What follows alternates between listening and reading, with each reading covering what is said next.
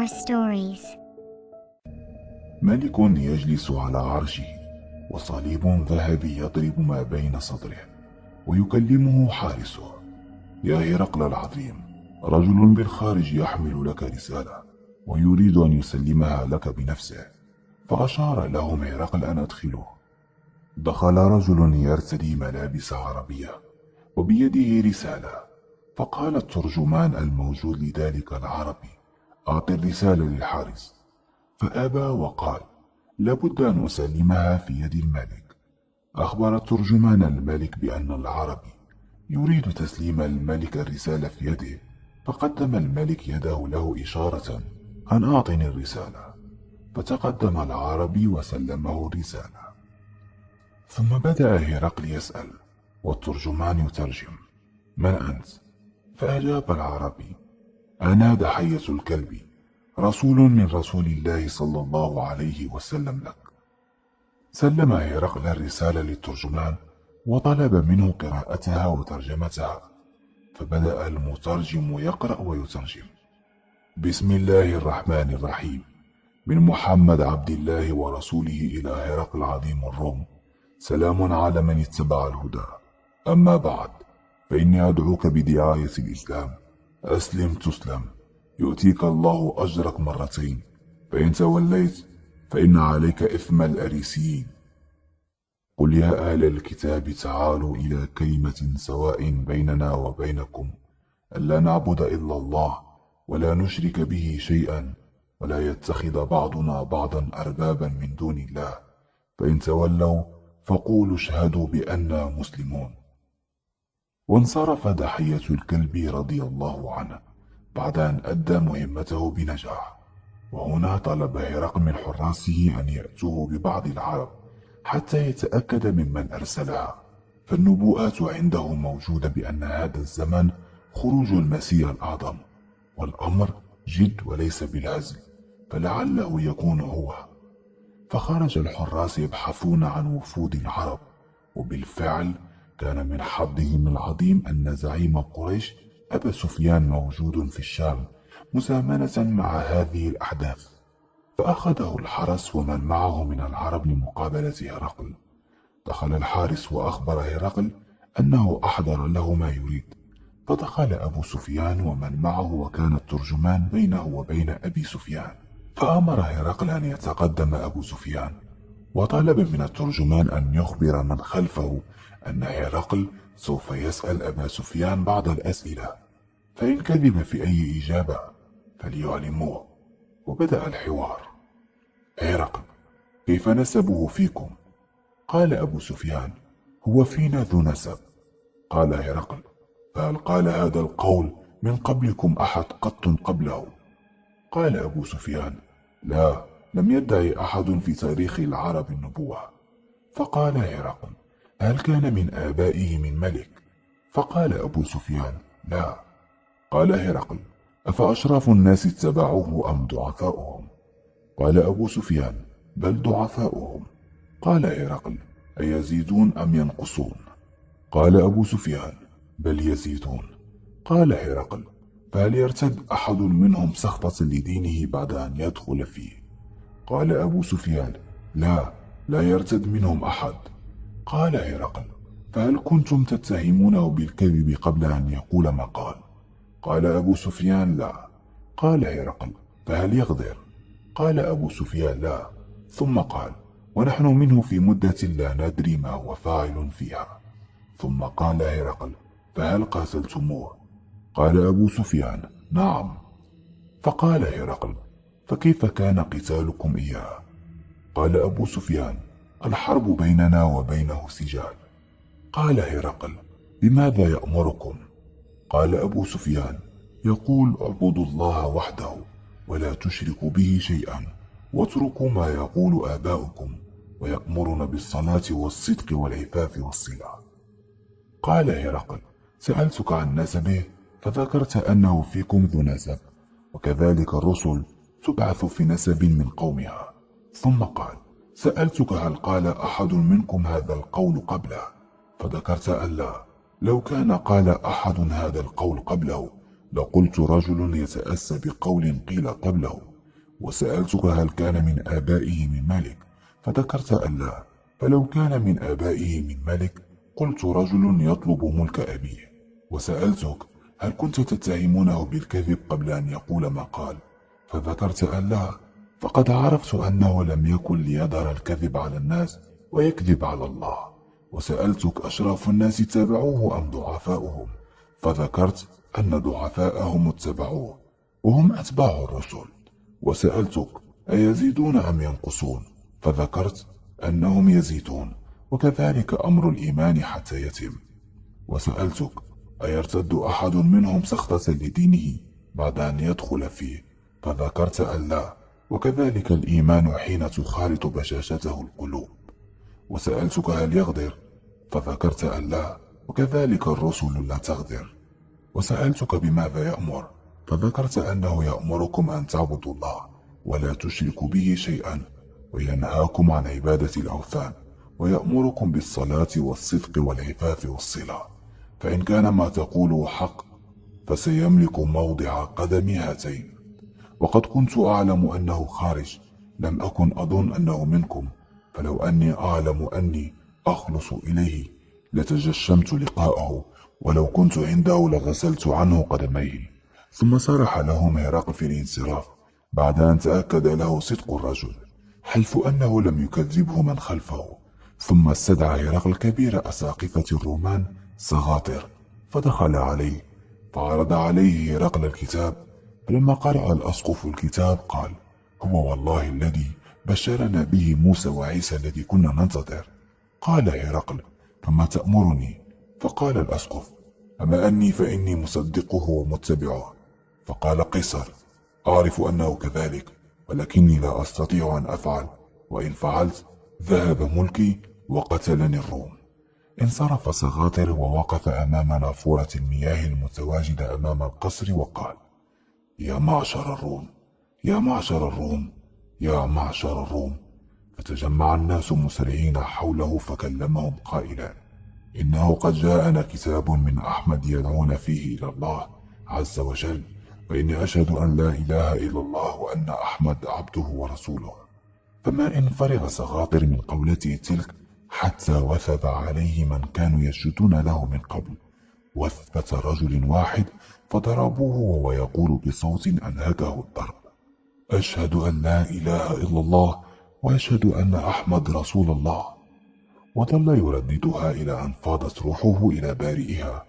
انتقل المشهد لرجل قدم على هرقل يريد مقابلته، فدخل الحارس على هرقل وقال: أيها الملك، رسول من ملك غسان يريد مقابلتك. هرقل: دعه يدخل. رجل بني غسان: أرسلني بنو غسان لأخبرك بأن دولة الإسلام تشتد شوكتها في جزيرة العرب، وبدأ يستفحل أمرها. هرقل: يا حراس أمسكوا هذا الرجل وانظروا هل هو مختتن أم لا. رجل بني غسان ينظر حوله باستغراب، ثم التف الحراس حوله وجردوه وقال: نعم إنه مختتن أيها الملك العظيم. وترك الحراس الرجل وبدأ يضبط ملابسه مرة أخرى. هرقل: يا هذا، هل العرب يختتنون؟ رجل بني غسان: نعم إن الغرب يختتنون. قال هرقل مهمما بينه وبين نفسه: إذن والله إنه لنبي الختان. ثم أمر بأن ينصرف الرجل. قال هرقل لحراسه: أحضروا الأساقف والبطارقة، وبعد دخولهم عندي أقفل الأبواب جميعا. وبعد أن انصرف الحراس أخذ هرقل يمشي خطوات وهو يتحدث مع نفسه بصوت مرتفع: لعله النبي حقا، فالعهد بين الله وبين إبراهيم علامته الختان، فهذا ما تقوله لنا شريعة موسى، ومصدر هذا بسفر التكوين من التوراة. ولعله يكون الصخرة التي قصدها المسيح بأنها تكون رأس الزاوية. هل يعني هذا أنه من نسل إسماعيل؟ لعله يكون الحجر الذي حلم به نبوخذ نصر، وفسر دانيال له الحلم وينهي مملكته. وبينما هو كذلك إذ دخل الحارس وقال له: كبار رجال الدين موجودون أيها الملك. قال: دعهم يدخلون، وبعد ذلك افعل كما أمرتك، أحكم إغلاق الأبواب. دخلوا رجال الدين ونحنوا لهرقل محيين له، فأمرهم هرقل أن يجلسوا على كراسي متواجدة على دفتي البساط الممدود أمام عرشه. ثم قال هرقل: يا عظماء الروم، يا معشر الروم، هل لكم في الفلاح والرشد، وأن تثبت مملكتكم فتبايعوا هذا النبي؟ فقام الجميع وكأن العقارب لسعتهم يجرون باتجاه الباب، وكأنهم حمر يطلبها قصورا. وفي لحظات وصلوا للباب، ولكن كان الباب مغلقا بإحكام. فلما رأى هرقل نفرتهم ويئس منهم، قال لحراسه: ردوهم عليه. ثم قال هرقل: إني قلت مقالتي أنفا أختبر بها شدتكم على دينكم، فقد رأيت. فسجدوا له ورضوا عنه. قلت لنفسي: ويحك يا هرقل، اخترت الفانية وأثرتها على الباقية. اخترت ملكا لا شك عندك في زواله، وتعلم أنه ساقط لا محالة. أمسيت يا هرقل واسمك لعنة في التاريخ، وأصبح سخاطر وروحه معلقة بطير في عرش الرحمن. تغيرت المشاهد وتقدمت، وكأن بهرقل تقدم في العمر شيئا ما. وقدم عليه وفد، وكان حينها بأنطاكيا، فدعا هرقل رجالا منهم فأدخلوهم عليه، فقال: حدثوني ويحكم عن هؤلاء القوم الذين يقاتلونكم، أليسوا بشرا مثلكم؟ قالوا: بلى. قال: فأنتم أكثر أو هم؟ قالوا: بل نحن. قال: فما بالكم؟ فسكتوا. فقام شيخ منهم وقال: أنا أخبرك أنهم إذا حملوا صبروا ولم يكذبوا، وإذا حملنا لم نصبر ونكذب. وهم يأمرون بالمعروف وينهون عن المنكر، ويرون أن قتالهم في الجنة وأحياءهم فائزون بالغنيمة والأجر.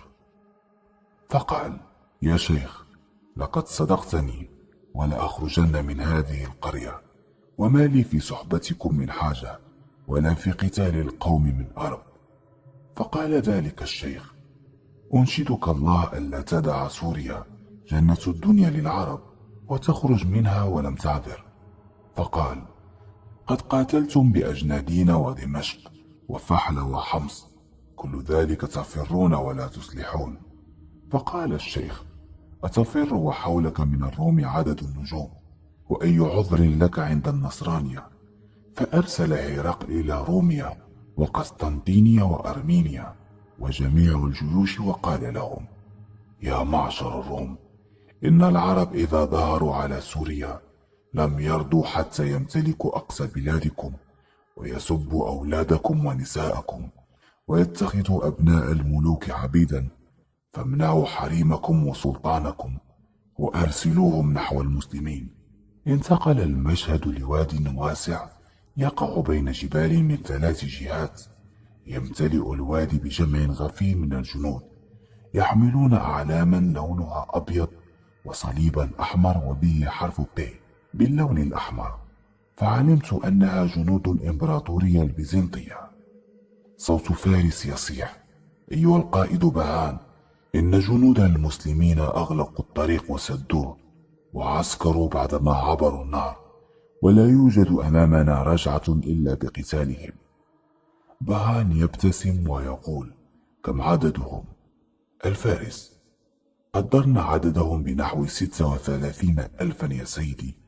بهان: ولما أرى على وجهك أثر الفزع؟ نحن عددنا 240,000، وهذا يعني أن كل 3 رجال منهم يقابلهم منا 20 رجلا. صدقني، الأمر لن يأخذ منا أكثر من سويعات، ونبيدهم عن بكرة أبيهم. الفارس: يا سيدي، مؤتة ليست منا ببعيد، فقد هزمنا المسلمين وعددهم 3,000، ونحن حينها كنا 120,000.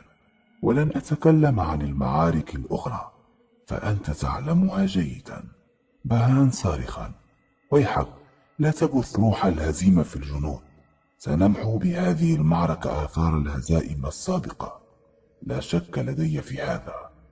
الفارس: لا أبث روح الهزيمة، ولكن لابد من تحديد نقاط قوتهم بعناية، فلا تنظر إلى عددهم، فأنت تعلم جيدا ما حدث لجبل بن الأبهم الغساني الذي جمع 60,000 من الغساسنة، والتقى مع المسلمين بقيادة خالد بن الوليد، ومن معه كان قليل، وتقاتلوا يوما كاملا ولم ينجو من الغساسنة أحد.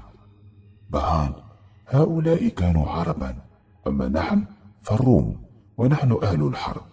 أتدري يا سيدي ماذا قال خليفتهم أبو بكر الصديق؟ بهان: ماذا قال؟ الفارس: قال: والله لأشغلن النصارى عن وساوس الشيطان بخالد بن الوليد، وجعله يترك العراق خصيصا لك، وهو الآن قائد تلك المجموعة المسلمة المعسكر على شط النهر. بهان يبلع ريقه، ثم قال: غدا سوف ترى، وعندما ينقشع الغبار تعلم تحت قدمك فرس أم حمار. الفارس: يا سيدي أخشى إذا انقشع الغبار لا أكون حيا حينها. بهان: اغرب عن وجهي. غربت الشمس وجيش الروم في ثبات، أما جيش المسلمين فخشوعا ركوعا رهبانا بالليل وليوثا بالنهار. مر الليل سريعا ودار الخيط الأبيض من الأسود، وتجهز كل فريق لملاقاة الآخر، وعندما أضاء النهار أركانها وأصبح كل فريق مقابل الآخر في سهول اليرموك. وقبل بدء المعركة قال رجل لخالد بن الوليد رضي الله عنه: ما أكثر الروم وأقل المسلمين؟ فقال خالد: ما أقل الروم وأكثر المسلمين، إنما تكثر الجنود بالنصر وتقل بالخذلان لا بعدد الرجال. ثم خرج رجل من جيش الروم يدعى جرجة، فنادى ليخرج إلى خالد، فخرج إليه خالد وأقام أبا عبيدة مكانه، والتقى خالد به بين الصفين حتى اختلطت أعناق الفرسين. فقال جرجة: يا خالد، أصدقني ولا تكذبني، فإن الحر لا يكذب، ولا تخادعني فإن الكريم لا يخادع المسترسل بالله. هل أنزل الله على نبيكم سيفا من السماء فأعطاكه فلا تسله على قوم إلا هزمتهم؟ قال خالد: لا. قال جرجة: فبما سميت سيف الله؟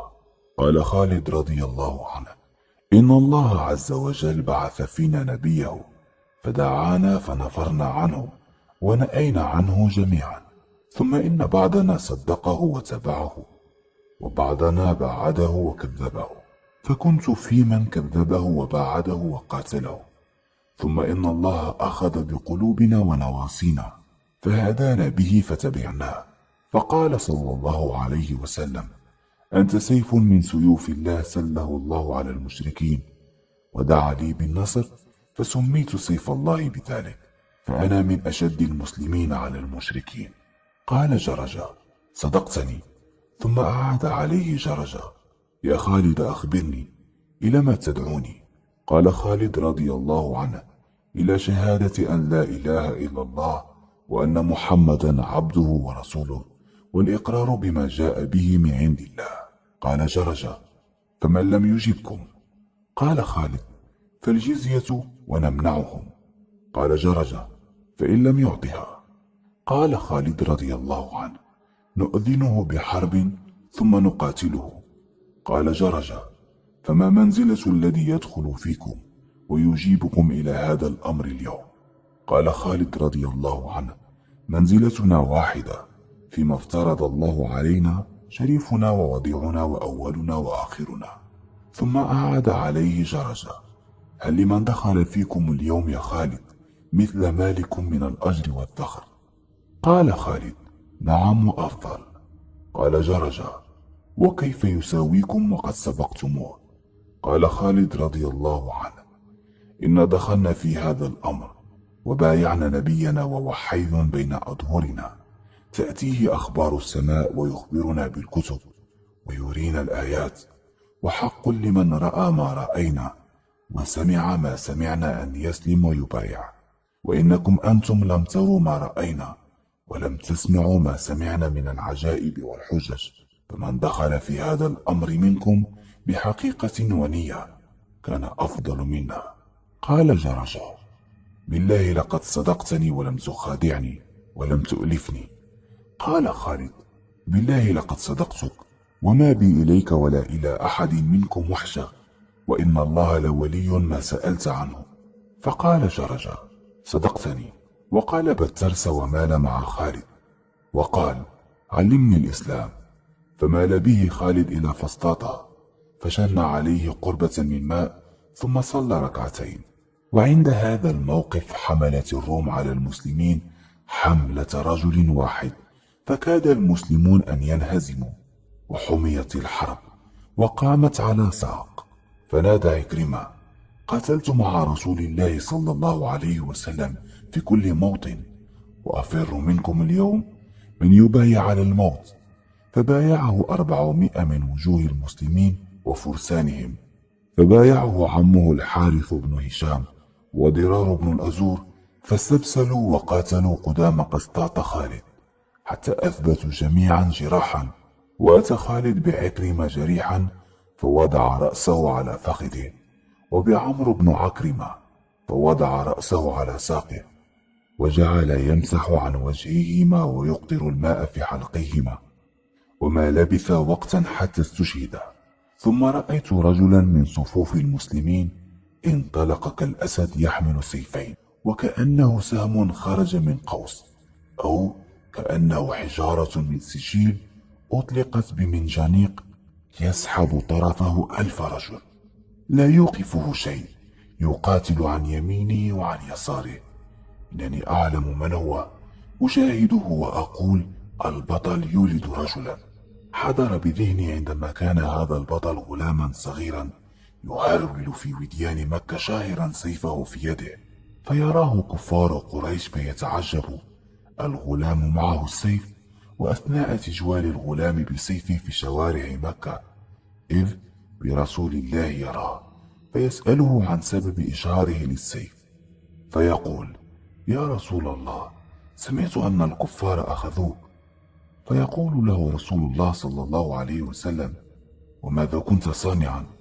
فيقول له: جئت بسيفي لأقتل من أخذك. ثم كبر الغلام وأصبح رجلا. وفي غزوة بدر ينزل جبريل والملائكة على صورته تكريما له، لأنه أول من حمل سيفا في الإسلام. أما في غزوة أحد يتقدم رجل ضخم الجثة، وهو حامل لواء الكفار ممتطيا جملا، يطلب من يبارزه من المسلمين. فيتقدم له بطلنا هذا، فوثب عليه وجذب الكبش من فوق الجمل، ثم جز رأسه. رجعت مرة أخرى للشام لغزوة اليرموك، وأنا أراه يشق الصفوف شقا بسيفه، حتى أنه اخترق جميع الصفوف وأصبح خلف جيش الروم. ثم يرجع ويعيد الكرة مرة أخرى، ويخترق 240,000 جندي راجعا لصفوف المسلمين. ما أشجعك وما أعظمك يا حواري رسول الله ويا ابن عمته رضي الله عن الزبير بن العوام. ثم تذكرت ما رواه ابنه عروة عنه، قال بعض أصحاب الزبير له باليرموك: ألا تشد فنشد معك؟ فقال: إني إن شددت كذبتم. فقالوا: لا نفعل. فحمل الزبير على الروم حتى شق صفوفهم، فجاوزهم وما معه أحد. ثم رجع مقبلا، فأخذوا بلجامه فضربوه ضربتين على عاتقه، بينهما ضربة ضربها يوم بدر. قال عروة: كنت أدخل أصابعي في تلك الضربات ألعب وأنا صغير. انتهت المعركة بهزيمة ساحقة للروم ونصر مؤزر للمسلمين، رافعين رايتهم البيضاء والسوداء التي تتزين بالشهادة. وما لبث أن انتقل المنظر لهرقل حينما جاءه الخبر، وبلغه أن المسلمين قد بلغوا قنصرين، فخرج يريد القسطنطينية، وصعد على نجد وأشرف على أرض الروم وقال: سلام عليك يا سوريا، سلام مودع لا يرجو أن يرجع إليك أبدا. ثم قال: ويحك، ما أنفعك أرضا، ما أنفعك لعدوك لكثرة ما فيك من العشب والخصب. ثم إنه مضى إلى قسطنطينية. هنا تماما اهتزت الأرض مرة أخرى، ثم رجعت لنفس الغرفة وأمامي الكتاب الخشبي، وتلاشت الورقة وأضافت على الساحة بعض الإضاءة. وقلت لنفسي: هل المراد من أن تأتي معركة اليرموك بعد ورقة دانيال أنها بدء تحقق ما بها؟ ظننت حينها أني وصلت لفهم جزء من تسلسل الورقات، وجلست أخمن يا ترى ما تكون الورقة التالية. جاء الليل وتعبت، لكني في الحقيقة لا أريد أن أتحرك، فأنا في شوق لمعرفة ما هي الورقة التالية. وبينما أنا كذلك حتى صرعني النوم، وغفوت وأنا جالس على الكرسي متكئ على الكتاب الخشبي بذراعي. ثم استيقظت وفي قلبي حرارة الشوق لمعرفة الصفحة التالية الذي ما أقطع وما برد. الورقة الرابعة: أبو الأنبياء. التاريخ 2600 قبل الميلاد. المكان: العراق. نار عظيمة أضرمت تمتد يمينا ويسارا على مد البصر، كأن الأرض كلها سعرت، أو كأنها النار التي ستخرج من قعر عدن تسوق الناس إلى محشرهم، ومن شدة حرارتها لا يستطيع أحد أن يقترب منها. جاءت جنود النمرود بفتى تعلوه الهيبة جميل الطلة، ثم وضعوه بالمنجنيق وقذفوه في النار. 7 أيام والجميع يرى الرجل يصلي داخل النيران، لا النار تؤذيه ولا هو يفتر عن الصلاة. وبالنهاية خرج الفتى أمام الناس كلها وهو بأحسن حال، والجميع يضرب أخماسا في أسداس. كيف للنيران ألا تحرق؟ وكيف يخرج الرجل من وسط هذا اللهيب المصعب وهو بحال أفضل من حاله قبل أن يقذف بالنيران؟ طلب النمرود من زبانيته أن يحضر له هذا الفتى ليرى ما هو شأنه ولينظر في أمره. النمرود: من هو ربك؟ إبراهيم: ربي الذي يحيي ويميت. قال النمرود: يا حراس أحضروا لي سجينين محكوم عليهما بالإعدام. سمعا وطاعة أيها الملك. ولم تكد لحظات تمضي حتى أتوا له بسجينين مكبلين بالحديد. قال النمرود: اقتلوا الأول وأطلقوا سراح الثاني. ثم ضحك ضحكة عالية ثم قال: أنا أحيي وأميت. قال إبراهيم: إن الله يأتي بالشمس من المشرق فأتي بها من المغرب. بهت النمرود ولم يستطع الرد. وبعدها رأيت الأحداث تتسارع، فأرى مشاهد ولكنها مسرعة جدا، لا أستطيع أن أصف لكم كل ما رأيت بالتفصيل، ولكن أقوله لكم مجملا. فقد رأيت إبراهيم عليه السلام ومن آمن معه يهاجرون من شمال العراق إلى أن استقروا بفلسطين، ولم يؤمن معه إلا امرأته سارة وابن أخيه لوط عليه السلام. كانت زوجته سارة لا تنجب، وكان لها جارية أهداها لها ملك مصر عندما ذهب إبراهيم وسارة إلى مصر. فأرادت سارة أن يتزوج إبراهيم عليه السلام من هاجر المصرية حتى يرزقه الله منها بالولد. وبالفعل تزوج إبراهيم عليه السلام من هاجر المصرية. وبعد زواجها من إبراهيم بفترة من الزمن بشر ملك من الملائكة هاجر المصرية بأنها حامل في ولد وستسميه إسماعيل. وبعد أن انتهت مدة الحمل ولدت هاجر ولدا وسموه إسماعيل. وأمر الله عز وجل إبراهيم أن يأخذ زوجته هاجر وولده إسماعيل وينقلهم إلى واد بكبد جزيرة العرب قاحل لا زرع فيه ولا ماء ولا بشر. وصلوا جميعا إلى موضع المسجد الحرام بمكة الحالي. وبمجرد وصول إبراهيم عليه السلام على نبينا الصلاة والسلام إلى هذا الموضع تركهم مع جراب فيه تمر وسقاء فيه ماء، ثم انطلق إبراهيم تلقاء فلسطين، فتبعته زوجته وهي تقول له: يا إبراهيم، أين تتركنا في هذا الوادي الذي ليس فيه إنس ولا شيء؟ إبراهيم لا يلتفت لها ولا يرد عليها. هاجر تكرر نفس الكلام مرارا، ولكن رد فعل إبراهيم عليه السلام كما هو، لا يلتفت ولا يرد عليها. قالت هاجر: الله الذي أمرك بهذا؟ قال إبراهيم: نعم. قالت هاجر: إذن لن يضيعنا. ثم توقفت عن تعقبه ورجعت حيث ترك التمر والماء. انطلق إبراهيم عليه السلام حتى بعد عنهم، وأصبح لا يرونه ولا يراهم، فولى وجهه شطر قواعد المسجد الحرام، ورفع يده لله عز وجل قائلا: ربنا إني أسكنت من ذريتي بواد غير ذي زرع عند بيتك المحرم، ربنا ليقيموا الصلاة فاجعل أفئدة من الناس تهوي إليهم وارزقهم من الثمرات لعلهم يشكرون.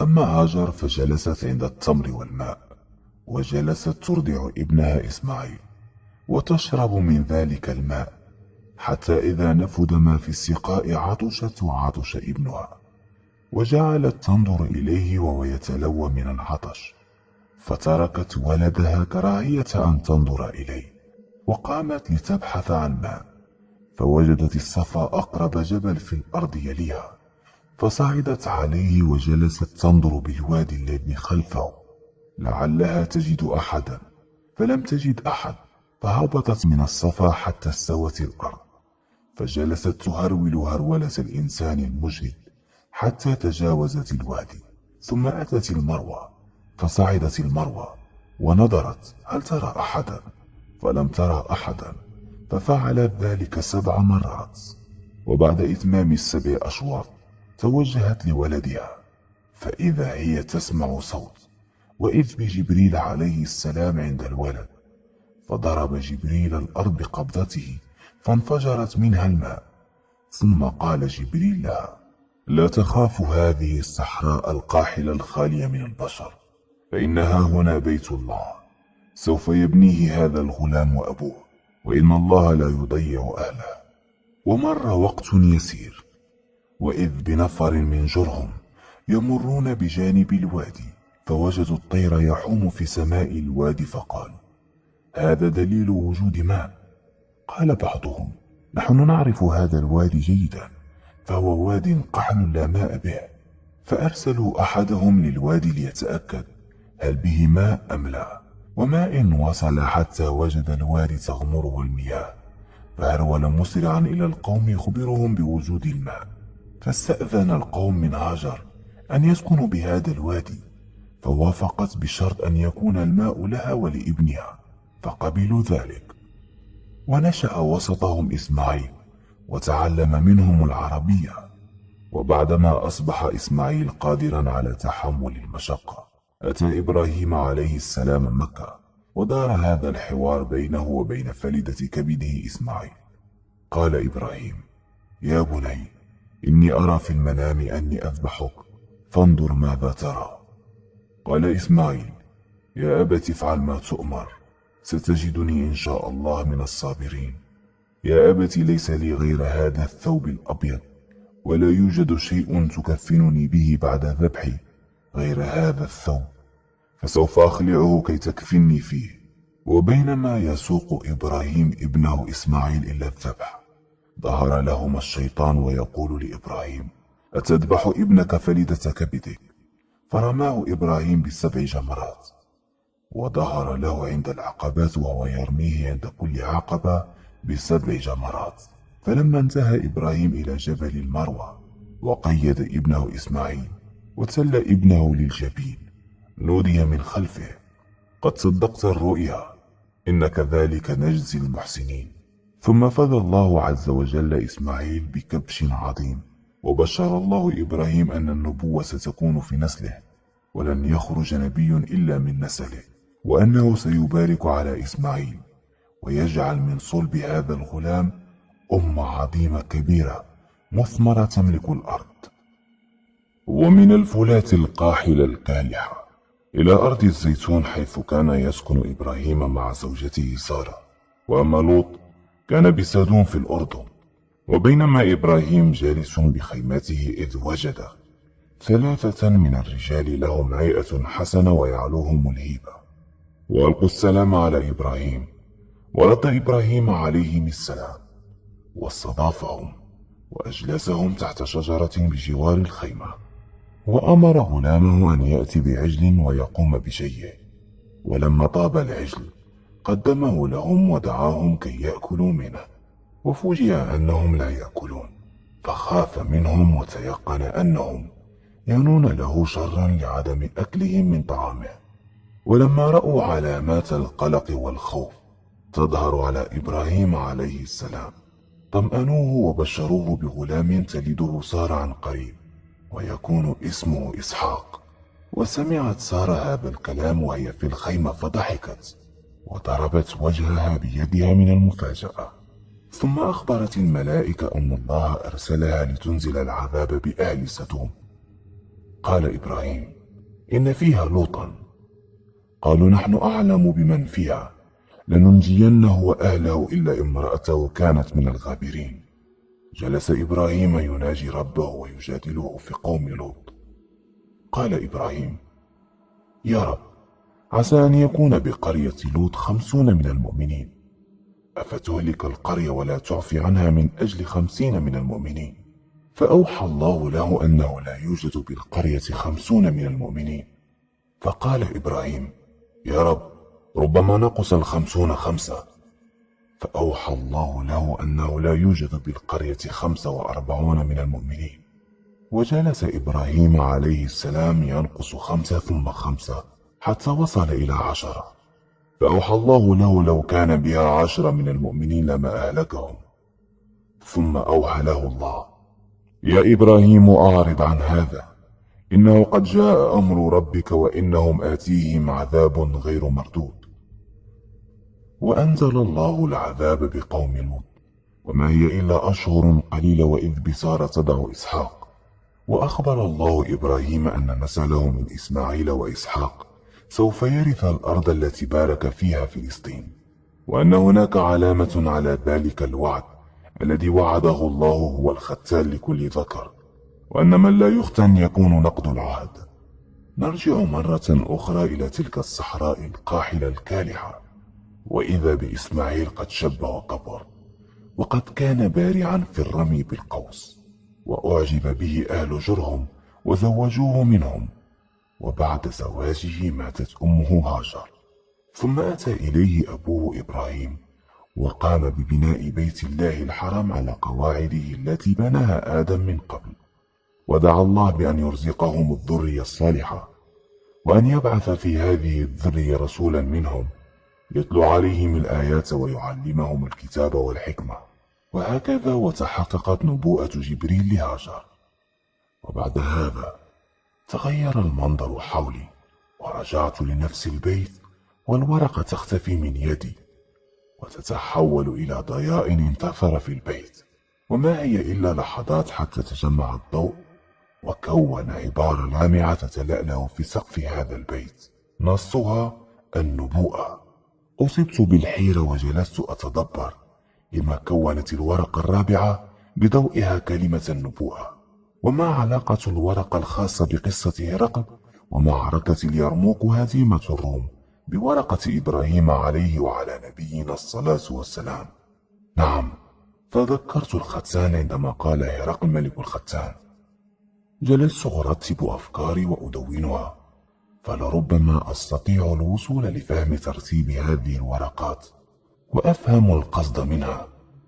أولا، أن الله عز وجل جعل النبوة في إبراهيم. ثانيا، أن هناك نبوءة بنبي عظيم وأمة عظيمة ستخرج من نسل إسماعيل. ثالثا، علامة هذا العهد والنبوءة والوعد القائم بين الله وإبراهيم ونسله هو الختان. رجعت منزلي ومددت جسماني على سريري وأنا أتفكر في هذه الكلمة النبوءة، وحاولت أن أربط ما بين ما حدث مع الكاهن والأمير نور الدين زنكي، وما هو الرابط بين هذه الكلمة وبين دانيال وقصته مع نبوخذ نصر، وما جاء بهزيمة نبي آخر الزمان للمملكة الرابعة. فما كان مني إلا أن انصفت وانكببت على الكتب أفتش فيها حتى أخرج بمعلومات توضح لي ما المقصود بالنبوءة. وكان نتاج بحثي كالتالي: أولا، نبوءة عن ملك للمسلمين آخر الزمان. أخبر النبي صلى الله عليه وسلم أن الأمة ستمر ب5 مراحل، وهي كالتالي: النبوة، الخلافة الراشدة، الملك العضوض، خلافة على مناهج النبوة. كما ورد في الحديث المروي عن حذيفة بن اليمان في الصحيح، قال حذيفة: قال رسول الله صلى الله عليه وسلم: تكون النبوة فيكم ما شاء الله أن تكون، ثم يرفعها الله إذا شاء أن يرفعها، ثم تكون خلافة على منهاج النبوة فتكون ما شاء الله أن تكون، ثم يرفعها الله إذا شاء أن يرفعها، ثم تكون ملكا عضا فيكون ما شاء الله أن يكون، ثم يرفعها إذا شاء الله أن يرفعها، ثم تكون ملكا جبريا فتكون ما شاء الله أن تكون، ثم يرفعها الله إذا شاء أن يرفعها، ثم تكون خلافة على منهاج النبوة. ثم سكت. أولا، أخبر النبي صلى الله عليه وسلم، والحديث بصحيح مسلم، عن أبي هريرة قال: بدأ الإسلام غريبا وسيعود كما بدأ غريبا فطوبى للغرباء. ثانيا، ما روي عن جابر بن عبد الله رضي الله عنهما حيث قال: يوشك أهل العراق ألا يجب إليهم قفيز ولا درهم. قلنا: من أين ذاك؟ قال: من قبل العجم يمنعون ذلك. ثم قال: يوشك أهل الشام ألا يجب إليهم دينار ولا مد. قلنا: من أين ذاك؟ قال: من قبل الروم يمنعون ذاك. ثم أمسك هنيهة ثم قال: قال رسول الله صلى الله عليه وسلم: يكون في آخر أمتي خليفة يحث المال حثوا لا يعده عدا. ثالثا، وما روي عن جابر بن عبد الله يفسر ما روي عن أبي هريرة بصحيح مسلم: منعت العراق قفيزها ودرهمها، ومنعت الشام مديها ودينارها، ومنعت مصر إردبها ودينارها، وعدتم من حيث بدأتم، وعدتم من حيث بدأتم، وعدتم من حيث بدأتم. ويقول أبو هريرة بالنهاية: شهد على ذلك لحم أبي هريرة ودمه. رابعا، إخبار النبي صلى الله عليه وسلم لنا والكلام بالبخاري أن المسيح ابن مريم ينزل فينا آخر الزمان وإمامنا منا. فعن أبي هريرة قال: قال رسول الله صلى الله عليه وسلم: كيف أنتم إذا نزل ابن مريم فيكم وإمامكم منكم؟ اتضح لي أن هناك مراحل لابد للأمة أن تمر بها حتى تصل لمرحلة الغربة، أي أن كل إنسان يكون غريبا إذا ما استمسك بدينه يصبح كأنه ماسك على الجمر. يزامن ذلك أن تكون أرض العراق مسيطر عليها من قبل العجم، وأرض الشام مسيطر عليها من قبل الروم. ولأن النبي صلى الله عليه وسلم أوتي مجامع الكلم، كان هناك بدا من الرجوع إلى قواميس اللغة العربية لنفهم ما الفرق بين الروم والعجم.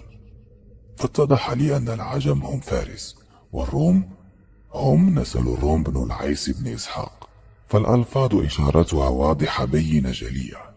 كانت المعضلة لي: ماذا بشأن مصر بعد أن اتضح لي أن العراق متعلق أمرها بفارس يعني إيران، وأن الشام متعلق أمرها بالروم وهم ذاتهم بنو الأصفار، والذي كانت بحوزتهم الإمبراطورية البيزنطية الشرقية.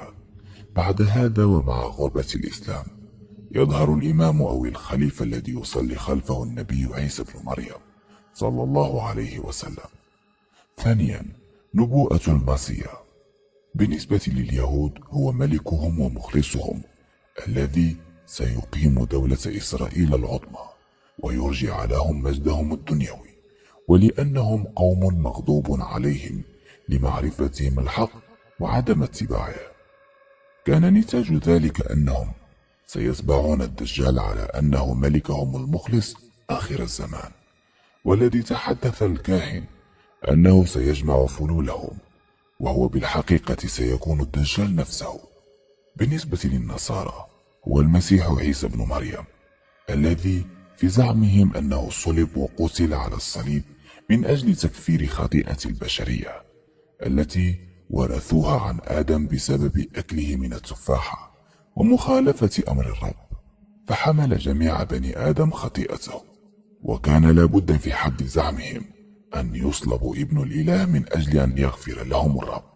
ولا أدري كيف استساغ عقلهم أن الرب قتل ابنه من أجل تكفير خطيئة آدم الذي حملها أبناؤه الذين لم يقترفوها من الأصل، على الرغم أن كتابهم نفسه يقول: لا يقتل الآباء عن الأبناء ولا يقتل الأبناء عن الآباء، كل إنسان بخطيئته يقتل.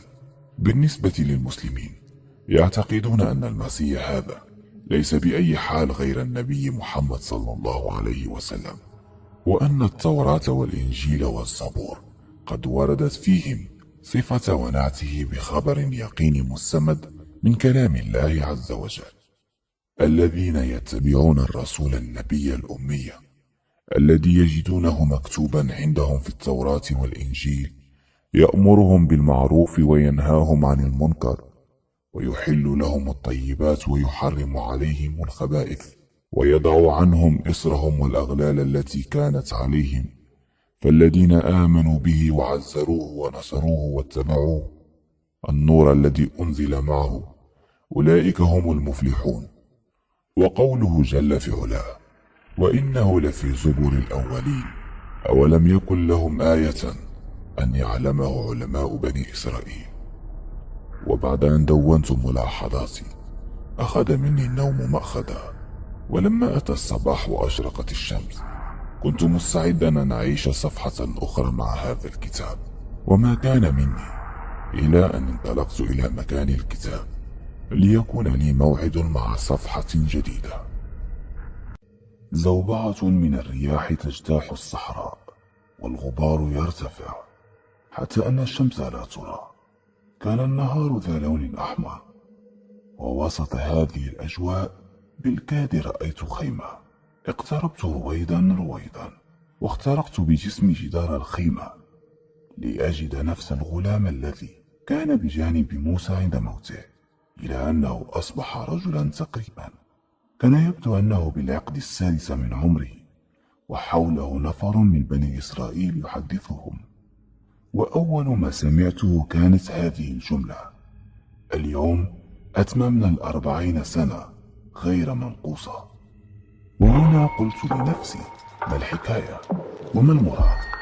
لأول مرة أمسك ورقة من هذا الكتاب الخشبي ويتسلسل الزمن بترتيبه. وعلى أي حال يا نفسي، دعيني أرى ما تخبئه هذه الورقة. قطع حبل أفكار خروج يوشع من الخيمة، وقال صارخا: يا بني إسرائيل، هلموا اجتمعوا هاهنا، فقد انكشف عقاب الله عنا، فقد أكملنا مدة العقاب. ومع هذه الكلمات سكن الريح، وانكشف الغبار، وأصبح الجو صافيا. واجتمعت بنو إسرائيل حول يوشع لتسمع منه كلماته. قال يوشع: يا بني إسرائيل، كشف الله عنكم العقاب الذي كنتم تستحقونه بالتيه في هذه الأرض القاحلة، وليتكم تعلمتم الدرس جيدا. إن الأمة لا تحتاج رجلا عظيما كي تنتصر، فلقد كان بينكم نبي من العظماء الخمس، ولكن كان مصيركم الفشل رغم عظم القائد. أيها الناس، إن القوة ليست بالبدن، وإنما القوة بالإيمان الذي يكمن في القلب. ولتعلموا أن هذه الدنيا دار اختبار قائمة على حرب بين الحق والباطل، وبين إيمان وكفر. وإذا كانت المعركة بين إيمان خالص وكفر، تغيرت النواميس والقوانين، فلا وزن لعدد الباطل مهما كثر، ولا وزن لقوة الباطل مهما ثقل، لأن ساعتها تكون المعركة بين الله من جانب وبين الكفر من جانب آخر. الشرط يا بني إسرائيل هو تحقيق الإيمان بالله. يوشع يكمل قائلا: لعلكم الآن تذكرون قبح ما فعل آباؤكم، فلقد كانت حكمة الله عظيمة أن نتيه في هذه الأرض حتى يتبدل ذاك الجيل الخوار الذي قال لموسى اذهب أنت وربك فقاتلا إنها هنا قاعدون. وفي هذه اللحظة بكت الجموع التي كانت تسمع كلام يوشع، وأكمل يوشع كلامه قائلا: كفكفوا دموعكم وامسحوها، فلن يصنع البكاء نصرا، ولن ينفع بكاؤكم كالنساء إذا لم يرى أعداءكم بأسكم وتقاتلونهم كالرجال.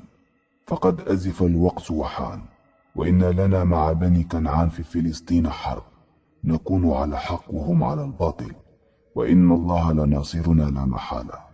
سكت يوشع قليلا ثم نظر للأرض، ثم رفع رأسه للسماء، ثم وجه نظره صوب بني إسرائيل وأكمل كلامه: يا بني إسرائيل، نحن الآن نقاتلهم، ونحن أهل حق وهم أهل باطل، ولكن آخر الزمان ينقلب الميزان، تقاتلونهم وهم أهل حق وأنتم أهل باطل.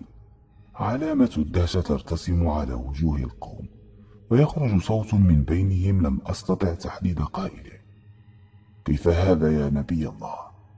قال لهم: بعد خروج نبي آخر الزمان يكونون له أتباعا وأنتم لا تتبعونه، فينقلب أهل الحق فتنغمس وجوههم في الباطل، وينتشل الله أهل الباطل ويخرجهم من الظلمات إلى نور الحق، ثم يمضي زمن طويل تكون مشردين في الأرض خلاله، فتجتمعون وتقاتلونهم. ثم سكت قليلا وأكمل قائلا: يا بني إسرائيل، استعدوا، فسوف نتحرك غدا إن شاء الله، والهدف دخول الأرض المباركة المقدسة.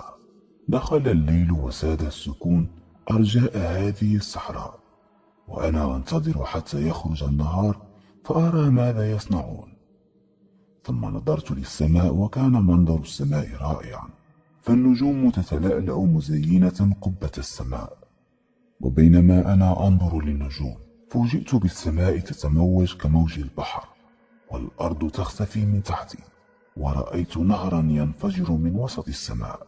وتلاشى منظر السماء والصحراء لأجد نفسي في وضح النهار أمام نهر الأردن، وأجد جيشا عظيما مجتمعا له 5 رايات، وفي الجانب المقابل قلة من مقاتلي بني إسرائيل مع يوشع بن نون.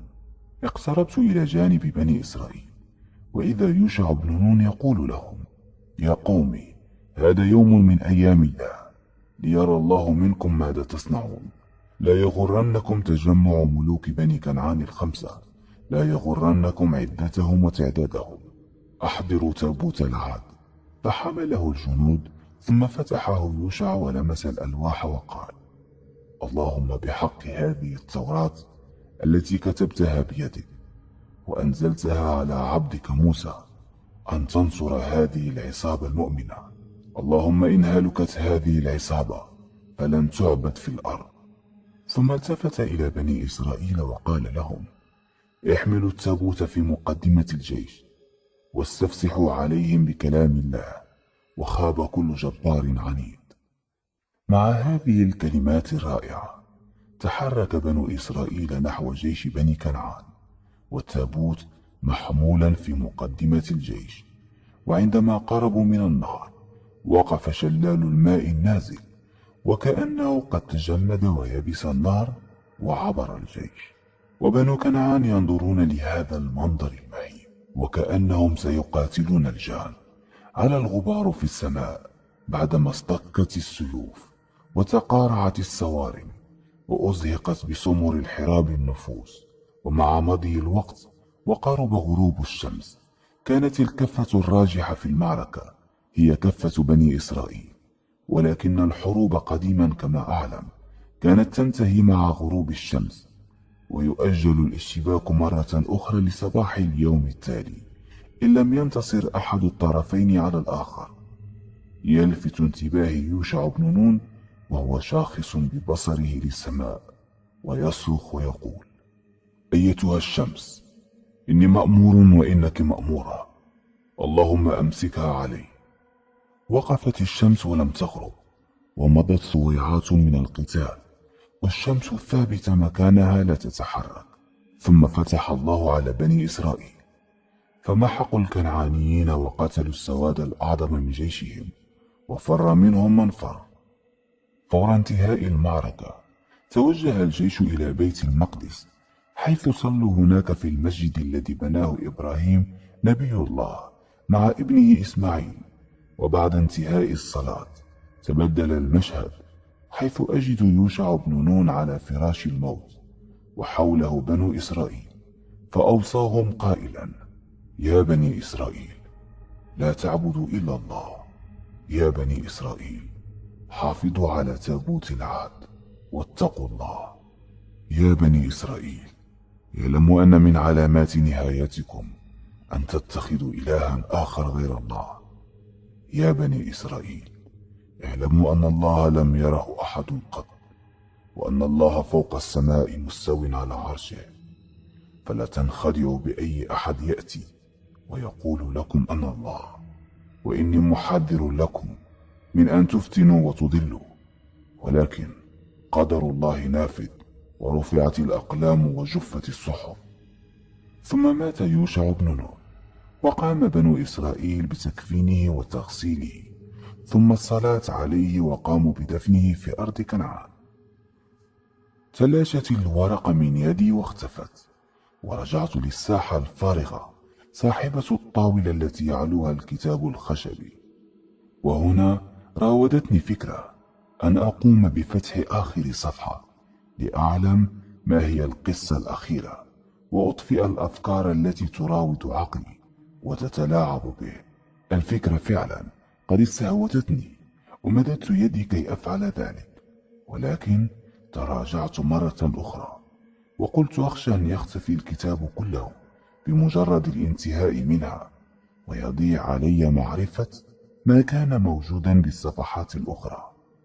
شعرت أن هذا فعلا محتمل، فضممت يدي إلى جناحي وقلت لنفسي: هذا يعني قوله إن من علامات نهاية بني إسرائيل أنهم سيعبدون أحدا آخر غير الله. هل أجد في الصفحة التالية إجابة له؟ فمددت يدي أمسك الورقة التالية. الورقة 9: التلمود. التاريخ 1000 قبل الميلاد. الموقع فلسطين. الشمس تغرب والنسور تملأ الأفق، هكذا كان منظر السماء. أما على الأرض فالجثث متناثرة، وبينها رؤوس مقطوعة وسيقان وأياد، وبعيدا هناك قليلا من الجنود تهرول هاربة.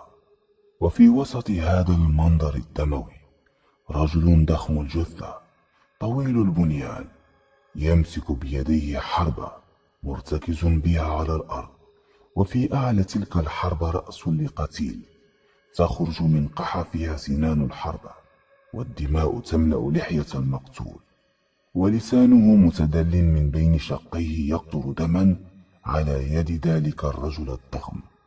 والرجل ينظر نحو المجموعة الهاربة، ثم يضرب بقبضة يديه اليسرى على صدره ويقول: هذه بتلك يا بني إسرائيل.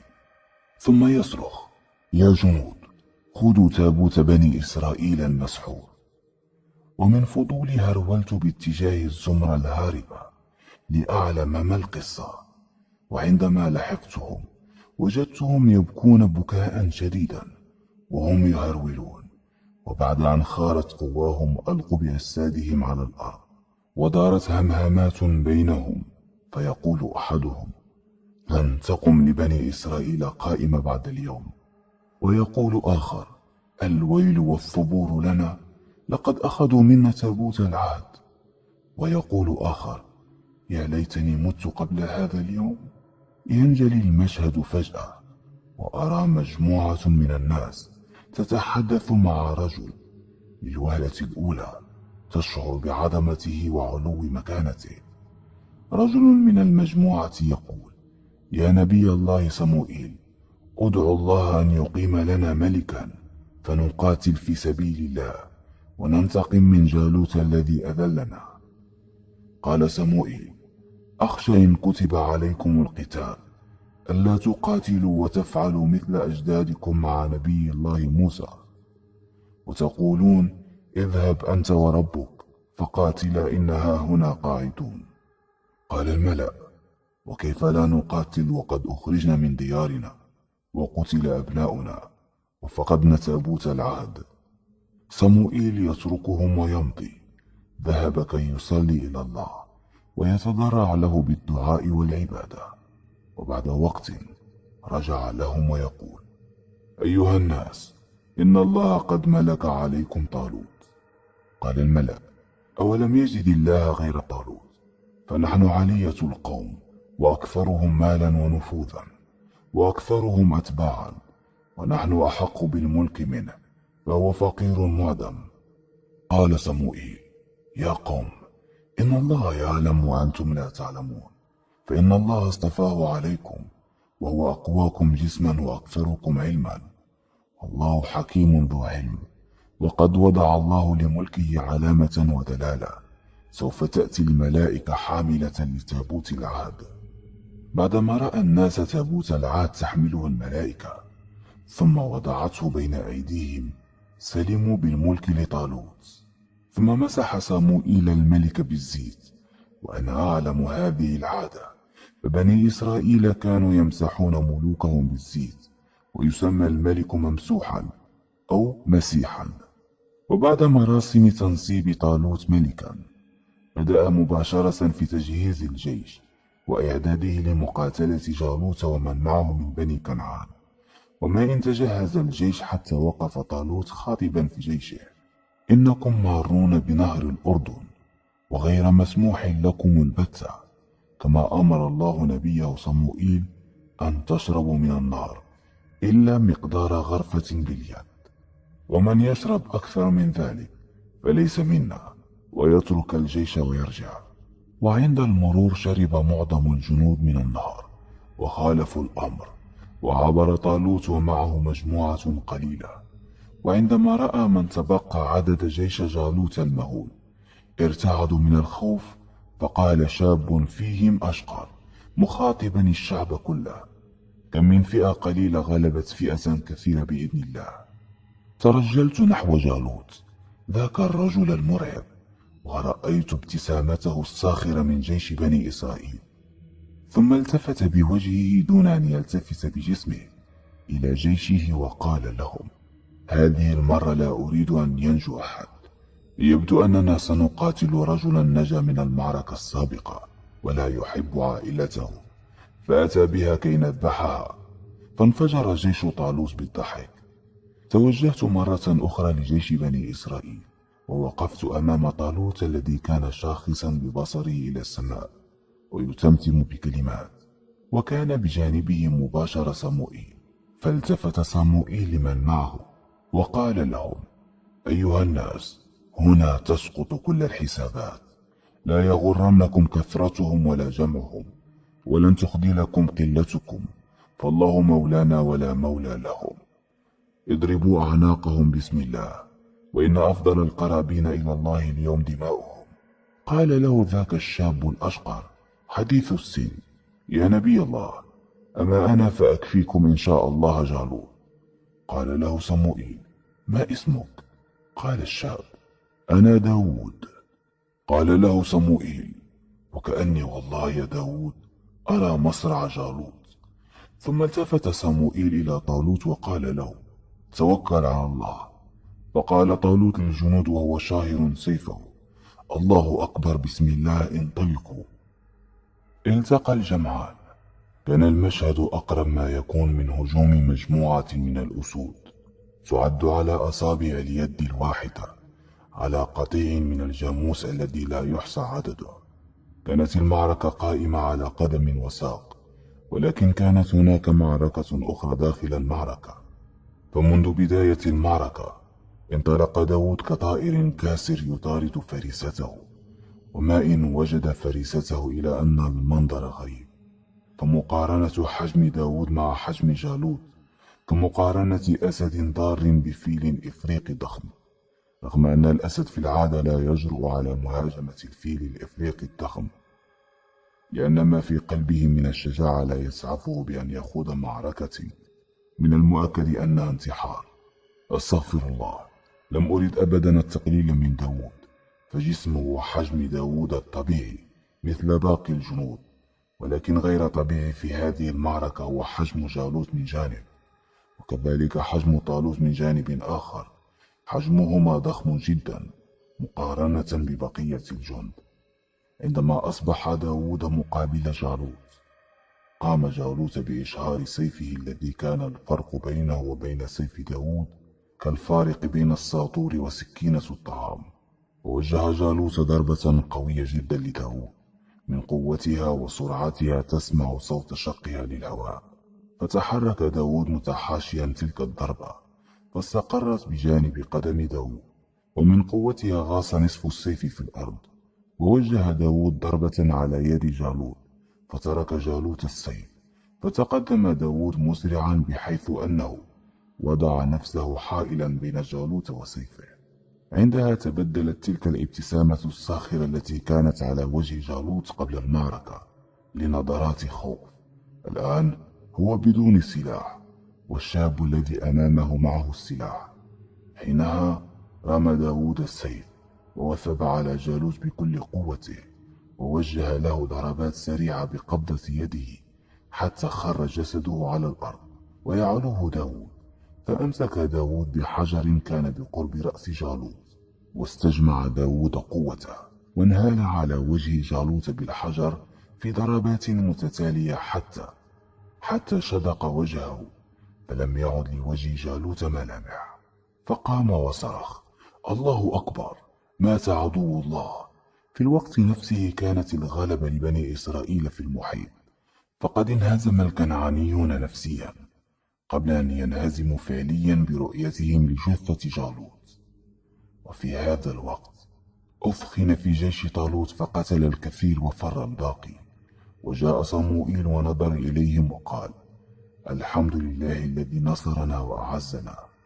ثم قال: اجتمعوا إلي يا بني إسرائيل، هل تعلمون ما اسم هذا الوادي؟ قالوا: نعم، هذا وادي يزرعيل. قال: نعم، هو كذلك، وكما شهد نصركم المبين هنا، سوف يشهد محق من كفر منكم حينما يأتي الوقت الموعود. قال كلماته ثم التفت ومضى. تجمع الجنود يحملون جراحهم، ثم توجهوا إلى أورشليم. ومرت أحداث عظيمة، كان أبرزها موت طالوت الذي تلاه اعتلاء داود لعرش الملك، ورزقه الله الحكمة والنبوة. سرعان ما تغيرت المشاهد، ورأيت داود يحدث الناس ويعظهم ويقول لهم: أيها الناس، إنكم الآن في رخاء وسعة، وأكثر ما أخشاه عليكم هذه الدنيا أن تفتح عليكم، ولا محيص عن تنافسكم لها، فإن الدنيا حلوة خضراء. ولكن تذكروا أن الباقية هي الآخرة، فلا تبيعوا أخراكم بدنياكم. وإني منبئكم اليوم أمورا عظيمة جسيمة أخبركم بها عن القادم في أيامكم القادمة، فاصغوا واسمعوا واحفظوا ما أقوله لكم جيدا. يا بني إسرائيل، تكون فيكم الخيرية طالما أطعتم الله وآمنتم به وعبدتموه حق العبادة وأخلصتم له النوايا. واعلموا أن الله يقيم دولة الكفر إن كانت عادلة، ويمحق دولتكم وأنتم عباده إن كان الظلم هو راية دولتكم. يا بني إسرائيل، إن الخيرية التي رزقتموها باقية فيكم بتقوى الله، وإنها لا محالة منزوعة منكم نزع الروح من الجسد، لأنه هكذا كتب في اللوح المحفوظ: إن خير أمة أخرجت للناس هي الأمة التي تتبع نبي آخر الزمان. وإني قائل لكم علامات فاحفظوها ولا تبدلوها وتحرفوها.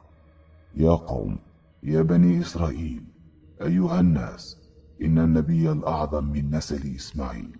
يا قوم، يا بني إسرائيل، أيها الناس، إن قبلته تكون البيت الذي بناه أبوكما إبراهيم وعمكم إسماعيل في وادي بكة.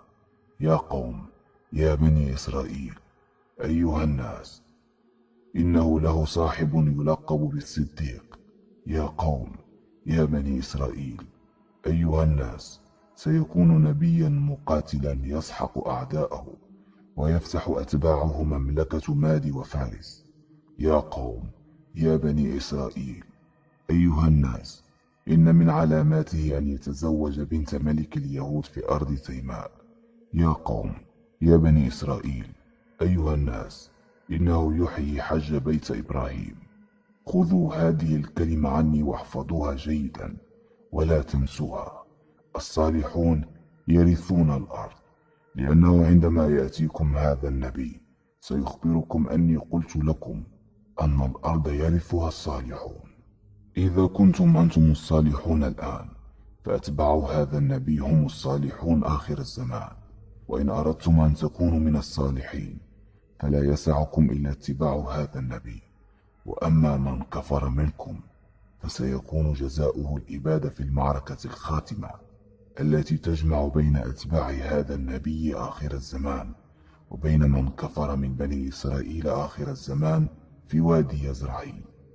قال أحد الناس: يا نبي الله، ألا يوجد علامة قرب نزوله فنعلمه بها؟ قال داود: العلامة موجودة قبل بعثة هذا النبي ونزول الوحي عليه. يخرج آخر نبي من بني إسرائيل، إنه المسيح، يولد من عذراء. ولتعلموا جيدا ولتحفظوا هذا جيدا أنه لن يصلب، سينجيه الله من كيد الكائدين له، وسيخبر عنه أمورا عظيمة، كما أنه سيخبر عن مقدمه ويبشر به.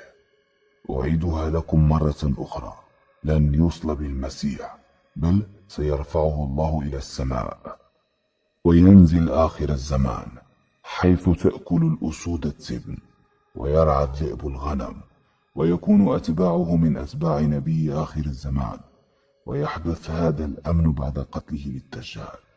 أعيدها عليكم مرة ثالثة: المسيح لن يصلب وسيرفعه الله إليه. هل وعيتم هذا؟ فقال الجميع بصوت عال: نعم يا نبي الله. فقال لهم: احفظوا مني هذه الكلمات أيضا: الحجر الذي رفضه البناؤون قد صار رأس الزاوية. تلاشت الورقة من يدي وزال من مقل عيني هذا المنظر، ورجعت لنفس الغرفة التي أوسطها الطاولة ويعلوها الكتاب كالعادة، ثم تنتشر الورقة التي كنت أقرأها فتضفي مزيدا من الإضاءة على تلك الساحة التي لم تعد أصلا مظلمة. على أي حال، رغم أن الترتيب ما زال غير مفهوم إلى حد ما، لكن كان هناك كثير من المعلومات في هذه الورقة، وهناك ربط بينها وبين ما مضى من ورقات.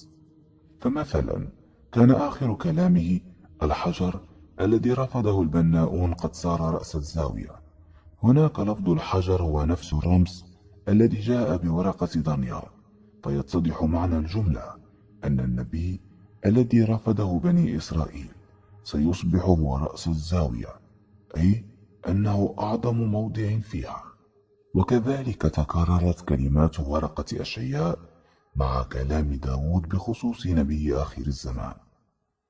هناك بعض التكرار من أن المسيح ينزل ويكفر به بنو إسرائيل، ثم يرفع وينزل آخر الزمان. على أي حال، فقد أصبحت الرؤية تتضح أكثر وتتناسق مع كل ورقة أقرأها، وعلى الرغم من فضولي الذي يدفعني كي أعلم ماذا بآخر الكتاب، إلى أني أصبر وأريد بعض الوقت حتى أرتاح من كل هذا الفكر. المعادلة صعبة بين الفضول والتروي، لكن أنا ما زلت أملك إربي، ويمكنني التغلب على فضولي وأقرأ القادم. حقيقة لا أعلم كم تستطيع قوة الصمود أمام فضولي. على أي حال، اختياري حتى الآن أن أقرأ الورقة التالية. الورقة 10: يزرعيل. التاريخ: القرن 8 قبل الميلاد. الموقع: فلسطين. رجل ذو لحية ويتحرك يمينا ويسارا، وخلفه بيت صغير. أحسست من ملامح وجهه أنه مترقب حدثا ما. توقعت أنه ينتظر مولود، خاصة مع صوت صراخ امرأة يخرج من البيت المتواجد خلفه. وبينما أراقبه وهو كذلك، إذ سكن الصراخ، وفتحت سيدة ترتدي البرقع الباب وتقول: مبارك يا نبي الله هوشع، فإنك رزقت بمولود ذكر. لم أنتبه حينها أن هناك مجموعة من الناس كانت متواجدة عن كثب خلفي. انتبهت حينما توجه أولئك النفر تجاه الرجل ليبارك له على مولوده الجديد. وبعدما انتهت مباركتهم له، تقدموا واحدا تلو الآخر، فقال أحدهم: يا نبي الله هوشع، ماذا ستسمي ابنك؟ فقال هوشع: إن الله قد سماه يزرعيل، حتى لا ينسى بنو إسرائيل أن في وادي يزرعيل يكون هلاكهم. صمت الناس وعلت وجوههم الخيبة، وأكمل هوشع قائلا: إنه كما نصركم الله في هذا الوادي، سيكون فيه هلاك لكم، أولهم أوشك، بسبب أنكم تركتم شريعة الله والعمل بها، وبسبب إفسادكم في الأرض. فهذا بعضكم يعبد بعل والأصنام من دون الله، أما الهلاك الأخير فيكون بسبب كفر بني إسرائيل جميعا. صمت القوم، ويتغير المشهد مرة أخرى، وأرى هوشع يتحرك أمام باب بيته مرة أخرى يمينا ويسارا. ظننت حينها أن المشهد يتكرر مرة أخرى، خاصة مع صوت الصراخ القادم من داخل البيت. ونظرت خلفي، فوجدت أيضا الناس ينتظرون عن كثب، ولكن الفرق الوحيد أن هوشع هذه المرة يتحرك يمينا ويسارا، وهو ممسك بيده بطفل صغير، يبدو أنها حالة ولادة أخرى. يسكن صوت المرأة القادم من الداخل، ولحظات وتخرج السيدة التي ترتدي البرقع مرة أخرى، وتحدث هوشع قائلا: مبارك يا نبي الله، لقد رزقك الله بأنثى. يتقدم الجمع فيباركه مثل المرة السابقة. يقول أحدهم: ماذا ستسميها يا نبي الله؟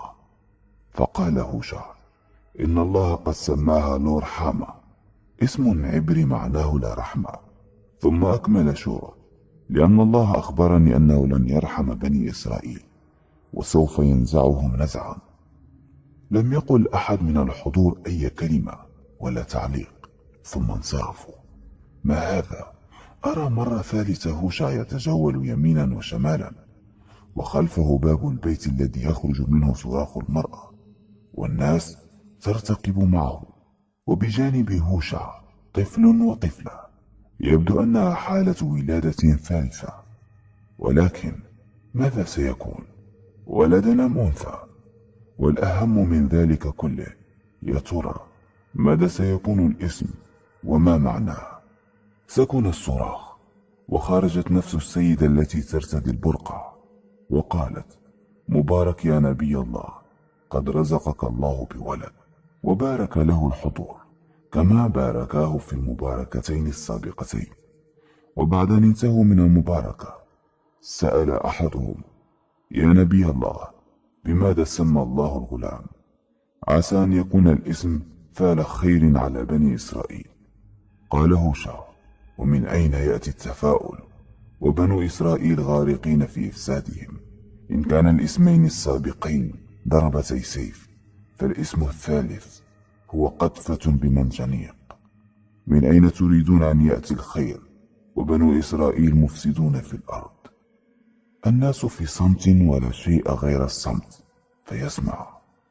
قال هوشع مكملا عندما لم يجد منهم ردا: لقد سماه الله لعمي، كلمة عبرية بمعنى ليسوا شعبي، فقد قال الله بني إسرائيل ليسوا شعبي، ولذلك أمرني أن أسمي ابني بهذا الاسم حتى تعلموا هذا. يكمل يوشع: وبسبب إفسادكم هذه المرة وأنتم في ذيل الأمم، سيعاقبكم الله بمن يجوس خلال دياركم ويهدم محرابكم.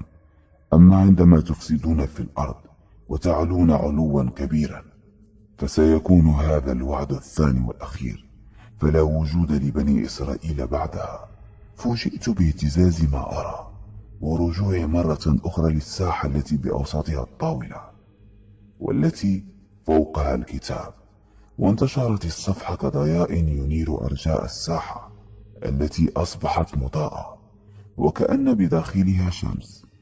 هنا رغبتي في فتح آخر ورقة تفاقمت، وأشعر أنني فعلا لدي رغبة جامحة في أن أقرأها وأنهي هذا الشعور القاتل بالفضول، خصوصا بعدما أصبح الشغف في ذروته لمعرفة ما نهاية الأمر. ولكن كان ما زال لدي خوف بأني لو قرأت آخر صفحة ربما يختفي الكتاب كله ولا أستطيع قراءة الصفحات التي تجاوزتها. مع هذا الخوف تراجعت لأن هناك مجموعة من الورقات ليست بقليلة حتى أضحي بها. أخذت شهيقا عميقا ثم قلت سأخذ الورقة القادمة. على أي حال لا بديل لدي سوى أن تكون التالية. وحينما أمسكت الورقة رأيت نهرا على شطه شاب يتجول. توجهت نحوه وأتأمله. كان يلبس ثيابا بيضاء أشبه ما تكون من الإزار والسروال الباكستاني أو الهندي، وكان يتمتم بكلام. أنا لم أنتبه للكلام بقدر ما كنت أنتبه لوسامته وطول شعره ولحيته. وفجأة قطع هذا التأمل فوج متوجه نحو الشاب، فلما استقروا أمامه قالوا أنت من يدعى يحيى؟ قال نعم. قالوا نريد أن نسألك عن 3 أشخاص. قال فلتسألوا، إن علمت أجبتكم، ولكن فلتخبروني من أنتم. قالوا نحن كهنة ولاويين جئنا لك من أورشليم كي نسألك عن 3 أشخاص وننقل الخبر لمن خلفنا. قال نعم فلتسألوا. قال الكهنة أنت المسيح؟ قال يحيى لا، لست أنا المسيح. قال الكهنة إذن هل إيليا هو أنت؟ قال يحيى لا، لست أنا إيليا. قال الكهنة إذن ماذا؟ أنت النبي الذي أخبر به موسى أنه يكون مثله والذي أخبرت عنه الأنبياء بعد موسى. قال يحيى لا، لست أنا ذلك النبي. ثم عقب إن هذا النبي لست أهلا لأن أحل سيول حذائي. اختفى هذا المشهد وجاء مشهد آخر، حيث رأيت مجموعة من الكهنة مجتمعين ويتحدثون مع بعضهم البعض، وحينما دنوت منهم سمعتهم يتهامسون. الآن كل الناس تؤمن أنه المسيح الذي تحدث عنه السابقون، ولا يستطيع أحد أن ينكر هذا، فهو من مولود لعذراء، تكلم في المهد ونفى عنها تهمة الزنا، يأتي بمعجزات عظام. تذكرون عندما أقام الأموات من القبور؟ قال أحدهم إني أملك كمية حقد تجاهه لا توصف، فنحن كنا إذا أمرنا أحدا لبى لنا أمرنا، ومن بعد ما جاء هذا سقطت هيبتنا. لكن هل لدى أحدكم شك به؟ ربما لا يكون المسيح. قالوا كلهم مجتمعين ليس لدينا أدنى شك أنه المسيح. قال السائل إذن ما هو اختياركم؟ هل نتبعه؟ قالوا كلهم مجتمعين في آن واحد لا، لن نتبعه، سنعمل على تكذيبه، وحتى لو دفعنا إلى أخبار قيصر وتقليب الروم عليه. ابتسم السائل وقال حقا يهود. وهنا وبعد هذا الكلام شرد ذهني وهم مستمرون بهمسهم، وتذكرت موقفا مشابها تماما لما حدث مع النبي محمد صلى الله عليه وسلم حينما هاجر من مكة للمدينة، وأراد يهود المدينة أن يتحققوا منه، فذهب حيي بن أخطب زعيم اليهود بالمدينة مع أخيه أبي ياسر ليتقصى الأمر. والذي نقل لنا هذا الموقف كانت أم المؤمنين صفية بنت حيي بن أخطب رضي الله عنها، فتقول كنت أحب ولد أبي إليه وإلى عمي أبي ياسر، لم ألقاهما قط مع ولد لهما إلا أخذاني دونه. قالت فلما قدم رسول الله صلى الله عليه وسلم المدينة ونزل قباء في بني عمرو بن عوف، غدا عليه أبي حيي بن أخطب وعمي أبا ياسر بن أخطب في الصباح.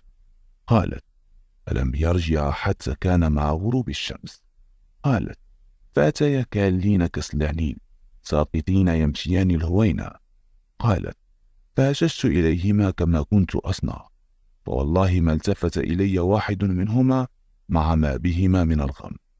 قالت: وسمعت عمي أبا ياسر وهو يقول لأبي حيي بن أخطب: أهو هو؟ قال: نعم والله. قال: أتعرفه وتثبته؟ قال: نعم. فما في نفسك منه؟ قال: عداوته والله ما بقيت. نعم، فاليهود هم اليهود، يعلمون الحق ولا يتبعونه كبرا وحسدا من عند أنفسهم، والذي أتعجب منه أكثر ويجعلني أضرب كفا على كف أكثر من موقف حيي بن أخطب السابق هو ردة فعله عندما أتي به كي تقطع رأسه لخيانته بين يدي رسول الله، فلما نظر إلى رسول الله صلى الله عليه وسلم قال: أما والله ما لمت نفسي بعداوة، ولكنه من يخذل الله يخذل، ومن غالب الله غلب. ثم أقبل على الناس فقال: أيها الناس، إنه لا بأس بأمر الله، كتاب وقدر ملحمة كتبها الله على بني إسرائيل. ثم جلس فضربت عنقه. عندما يكون الأمر مع اليهود فتوقع من الكبر منتهى، ومن الخيانة قمتها، ومن الغدر قعر. استفقت عندما رأيت الكهنة الذين كانوا يتسامرون بصوت منخفض حتى وقفوا أمام رجل يرتدي ملابس لونها أبيض مائل للصفار بعض الشيء، ليس بالطويل ولا بالقصير، ذو لحية طويلة تضرب على صدره لونها بني، وكذلك شعره الطويل مرسل يضرب ما بين منكبيه، تشعر من شدة لمعانه كأن الماء يسري به. ثم قربت منه وهو يقول لهم: سأضرب لكم مثلا. كان لملك حديقة غناء، فأجر هذه الحديقة لبعض الفلاحين، واتفق معهم أنه في وقت الحصاد سيرسل أحد حراسه ليأخذ نصيبه من الثمار. ولما حان وقت الحصاد أرسل الملك بعضا من عبيده لهؤلاء حراسا كي يأخذ نصيبه، فما كان من هؤلاء الفلاحين إلا أن تمردوا وقتلوا البعض ورموا البعض بالكذب وجلدوا الباقين، فأرسل لهم الملك حراسا آخرين أكثر من الأولين، ففعلوا بهم كما فعلوا مع السابقين. فقال الملك: أرسل لهم قائد حرس علهم يهابونه. فلما رأى الفلاحين قائد الحرس قالوا: هذا إن قتلناه استرحنا. فأخذوا قائد الحراس وأرادوا أن يقتلوه، فهرب منهم. فماذا تظنون أن يفعل بهم الملك بعدما رأى سوء فعلهم؟ فقال الكهنة: من المفترض أن يهلك هؤلاء الفلاحين، ويسلم هذه الحديقة لفلاحين آخرين يعطونه الثمار في وقتها. قال لهم هنا المسيح: أما قرأتم في الكتب ما قاله داود بأن الحجر الذي رفضه البناؤون قد صار رأس الزاوية؟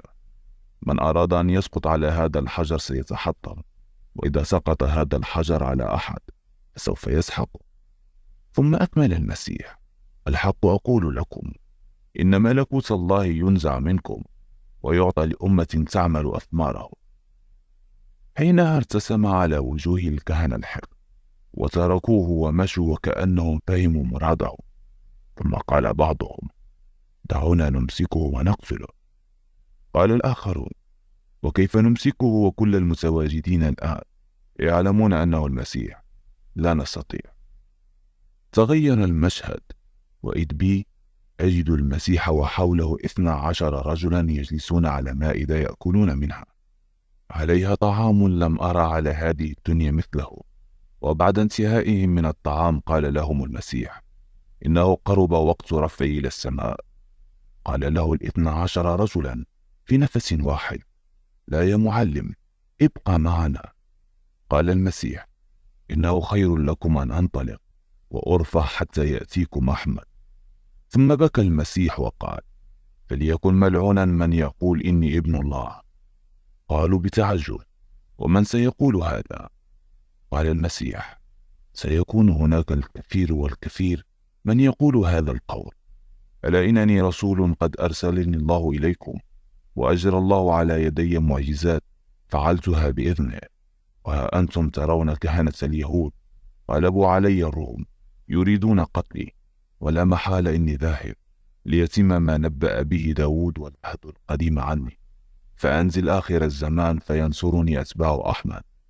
المسيح يكمل: أما إن لا نبي بعد إلا أحمد، وإنه سوف يظهر الحقيقة التي دفنت بعدي، فيقول: إني عبد الله ورسوله وكلمته وروح منه. قطع حديث المسيح طرق الباب بقوة، فأشار المسيح إلى أحد الرجال وقال: يا يهوذا، اذهب وانظر ما الأمر. ذهب يهوذا باتجاه الباب ويقول: يا رسول الله، إنهم جنود الروم ومعهم كهنة اليهود. يقول المسيح: الآن أزف الوقت، من منكم يلقى عليه شبهي فيصلب مكاني ويكون رفيقي في الجنة؟ قال يهوذا: أنا يا رسول الله. قال له المسيح: يا يهوذا، أنت رفيقي في الجنة، ولا يضرك ماذا يقول الناس عليك بعد موتك من اتهامك بالخيانة والوشاية بي، فلتعلم أنه لا يضر الشاة سلكها بعد الذبح، فقد فزت يا يهوذا. وبلمح البصر صار يهوذا نسخة طبق الأصل من المسيح، فينظر من هم متواجدون للاثنين بذهول شديد، وفجأة ينام المسيح الحقيقي دون أن يسقط على الأرض. ينام وكأن الهواء أصبح كالسرير يحمله، ثم رفع أمامه من داخل البيت، فاخترق سقف البيت إلى السماء حتى غاب عن الأنظار. حينها قام الجنود بكسر البيت، فيسأل الجنود كهنة اليهود: من هو المسيح فيهم؟ فيشير الكهنة إلى يهوذا: هذا هو المسيح، ظنا منهم أنه هو، فيمسكونه ويقول: أنا لست المسيح، أنا يهوذا.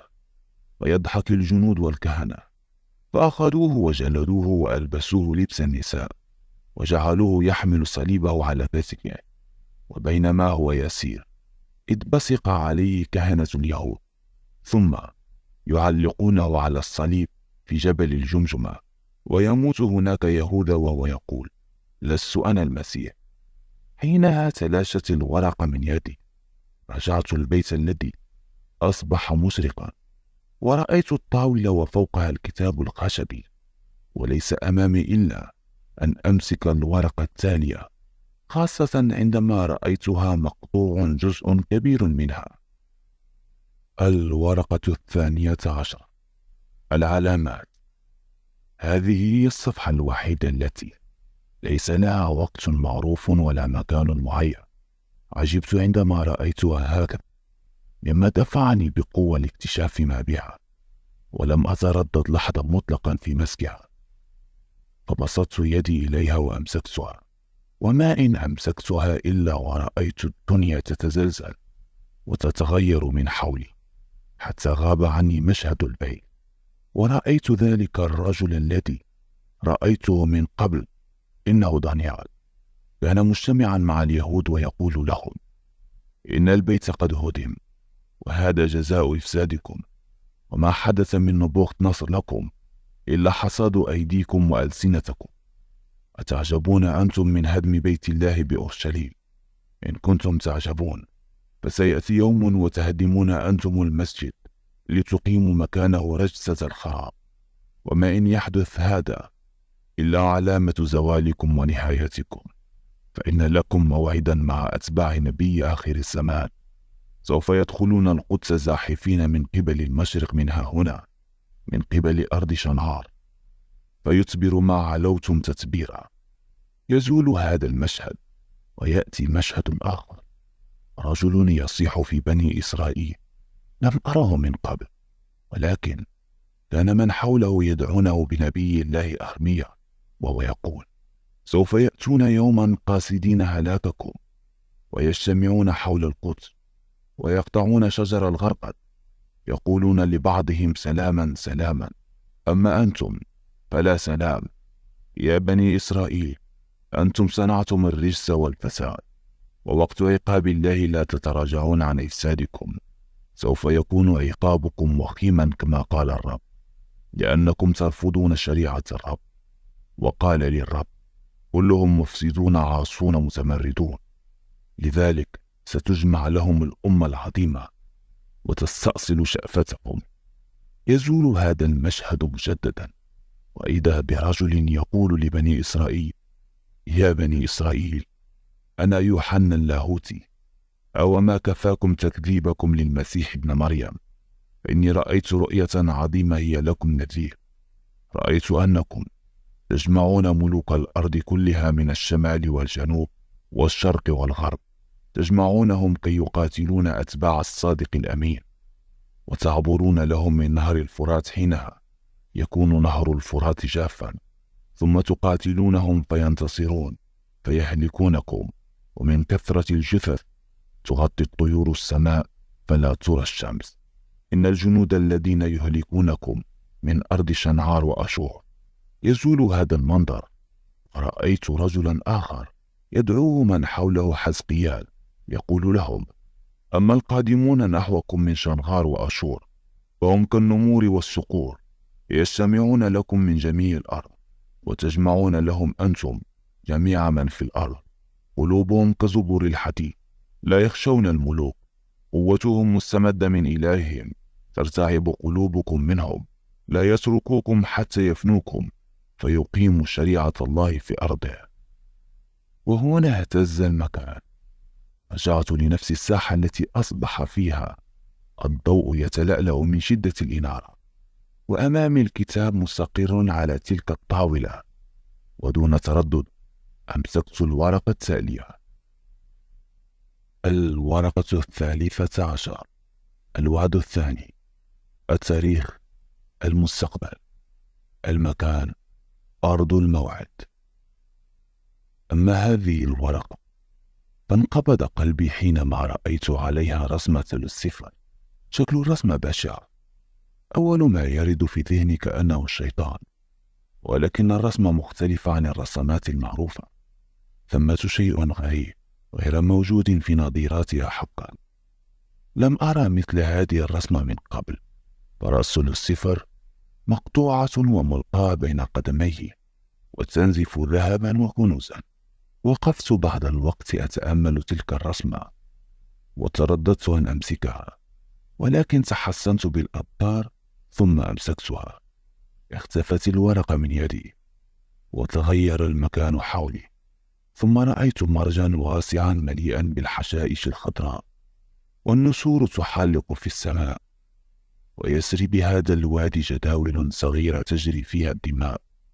الجثث متراكمة على ظهر الأرض، وأشلاء البشر متناثرة، فالأقدام والسواعد، وخاصة الرؤوس المقطوعة، هي العلامة المميزة لهذا المكان. الرايات المرفوعة مكتوب عليها: لا إله إلا الله، محمد رسول الله. هناك أيضا رايات أخرى تخالط الجثث على الأرض، عليها كتابات لم أفهمها لأنها مكتوبة بلغة عبرية. يبدو أن المعركة انتهت من لحظات قليلة. هذا كان ملحوظا، خاصة أن هناك جثثا ما زالت أكلامها تنزف الدماء. حقا المنظر دموي بكل ما تحمله الكلمة من معنى، وتنخلع لهول المشهد القلوب وإن كانت من الحجارة. ثم لفت انتباهي أن الجيش كله يصلي، فأخذت أعد الركعات فوجدتها 8 ركعات. فهمت أن هذا كان فتحا للمسلمين، وتذكرت أن النبي صلى الله عليه وسلم سن ذلك عندما صلى 8 ركعات، ومن خلفه سعد بن أبي وقاص عند فتح المدائن، وصلاها في إيوان كسرى. وأنا منشغل في استعادة تلك اللحظات وجدته منفرغ من الصلاة. جاء رجل من بعيد مصرخا صارخا: يا أمير المؤمنين! الكلمة في حد ذاتها جعلت قلبي يضطرب فرحا. سيكون للمسلمين يوما ما في المستقبل أميرا للمؤمنين. قال أمير المؤمنين: ما الخط؟ كأني سمعت أحدا ينادي علي. قال أحد الجنود: نعم يا أمير المؤمنين، إنه وزير الحرب قادم هناك ويصيح. قال وزير الحرب: أيها الأمير، جاءتنا أخبار أن الأعور الدجال ظهر. قال أمير المؤمنين: وهل خبر قطعي أم أنه ظني؟ قال وزير الحرب: بل ظني أيها الأمير. قال أمير المؤمنين: إذن فاختر 10 من أشد فوارسنا وأرسلهم لأصفهان حتى يأتون بالخبر اليقين. قال وزير الحرب: أبشر يا أمير المؤمنين، أفعل إن شاء الله. قال أمير المؤمنين: جزاك الله خيرا عني وعن المسلمين، فلنعم وزير الحرب أنت. قال وزير الحرب: أريد أن أشير عليك بشيء أيها الأمير. وما هو؟ قال وزير الحرب: حسب ما نقل لنا بسند صحيح متصل للنبي محمد صلى الله عليه وسلم بنقل العدل الضابط، إن كان الأعور الدجال خرج وتأكد لنا ذلك، فلا بد لنا من التحرك نحو دمشق، فإن نزول المسيح ابن مريم وشيك جدا عند المنارة البيضاء بالمسجد الأموي، وإن هناك موعدا لك معه حيث سيصلي خلفك. أمير المؤمنين أجهش بالبكاء حتى انسحب، وما لبث إلا أن هدأ وقال: الله المستعان، فلنذهب الآن لنصلي بالمسجد الأقصى وننتظر الخبر اليقين حتى ننظر ماذا نفعل. تغير المنظر حولي، واختفى السهل والجنود وأمير المؤمنين، ومن حوله من جنود أطهار وأبرار، وظهر لي رجل قبيح المنظر، أعور العين، جعد الشعر، ضخم الجثة، يشبه كثيرا السامر الذي رأيته مع موسى، إلى أنه أعور هنا. علمت مع أول نظرة أنه أخبث من على ظهر الأرض، جالس هذا الأعور على عرشه ويتحدث مع أحد الشياطين. قال الشيطان: أدركنا يا سيدي، لقد حلت المصيبة. قال الأعور الدجال: تكلم يا خبيث، ماذا حدث؟ قال الشيطان: لقد هزم اليهود أمام جيش المسلمين. الأعور الدجال غضب غضبة عظيمة وصرخ قائلا: كان من الخطأ الاعتماد على هؤلاء الحمقى الضعفاء، كان لابد أن أخرج أنا بنفسي وأباشر كل شيء، رغم أني هيأت لهم كل شيء وبذلت لهم كل شيء، فجعلتهم يملكون من أرادوا ويضعون من أرادوا. يحدث هذا؟ لقد قمت بمجهود جبار، كونت جماعة اللوسيفريين النورانيين، وجعلت كل شيء على سطح المعمورة لا يمشي إلا بإذن مني. أسقطت الخلافة التي تعد أقوى حصن للمسلمين، وبدأت أجمع اليهود من سنة 1917 ميلادية، وبعد أن أصبحوا القوى العظمى في هذه الأرض، وبعد أن نالوا كل هذا العلو الكبير، ينتهي كل شيء هكذا في لحظات. جلس يصرخ الدجال صراخا مرعبا وكأن صوته الرعد، وأكمل قائلا: آن الأوان للخروج، وقد هيأت كل شيء مسبقا للحظة خروجي، فالشيعة سيتبعونني ظنا منهم أنني إمامهم ال12، والنصارى سيتبعونني ظنا منهم أنني المسيح المخلص، واليهود سيتبعونني يقينا منهم بأني ربهم وملكهم المخلص، غير من سيتبعني من كفرة الأرض وأحمق ساكنيها. كم كنت أود أن أخرج واليهود منتصرين، لكن لا بديل الآن عن الخروج. ثم صرخ: الآن فليتجهز جنودي من الشياطين، استعدوا وعدوا العدة حتى نتحرك إلى بلاد فارس، فإن أتباعي من يهود أصفهان ينتظرونني، وإنهم أول من يتبعونني. حينها تغير المكان مرة أخرى، ورجعت لنفسي البيت المهجور، ووجدت صفحة الوعد الثاني تتلاشى وتختفي ويطير نورها وينتشر بالبيت. أصبح البيت من كثرة الإضاءة وكأن الشمس داخله. كنت أريد التكملة، ولكن الوقت قد تأخر، حان وقت الذهاب لمنزلي، فتوجهت للمنزل وبالي مشغول بهذا الكتاب الرائع، واستلقيت على سريري أفكر فيما رأيته، وكنت متعجبا من طريقة سرد الكتاب للأحداث. كنت أتمنى من داخلي أن أعلم ما هي نهاية هذا الكتاب. لا أنكر أنه اتضح لي جليا أشياء كثيرة من الورقات السابقة التي تدور حول قصة نبوءة نبي آخر الزمان، وعن وعدين ببني إسرائيل، ونبوءة هلاكهم آخر الزمان عند علوهم الكبير. حقيقة عصفت الأسئلة برأسي، وكانت كثيرة جدا، وكان شوقي لرؤية هذا الكتاب مرة أخرى أكثر من شوق الشاب للسواد.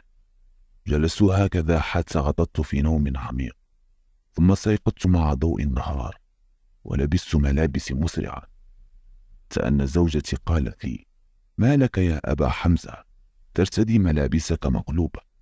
فابتسمت وعدلت ملابسي، وانطلقت كرصاصة خرجت من فوهة السلاح نحو البيت المهجور، عفوا، نحو البيت المضيء. وفي لحظات قليلة كنت أمام الكتاب الذي كان حاله كما تركته بالأمس. لا أنكر أن رغبتي الآن قد تقررت بأن أمسك آخر صفحة من الكتاب، حتى ولو اختفى الكتاب بعدها فقد وصل لي المطلوب، وفهمت الكتاب وتسلسله.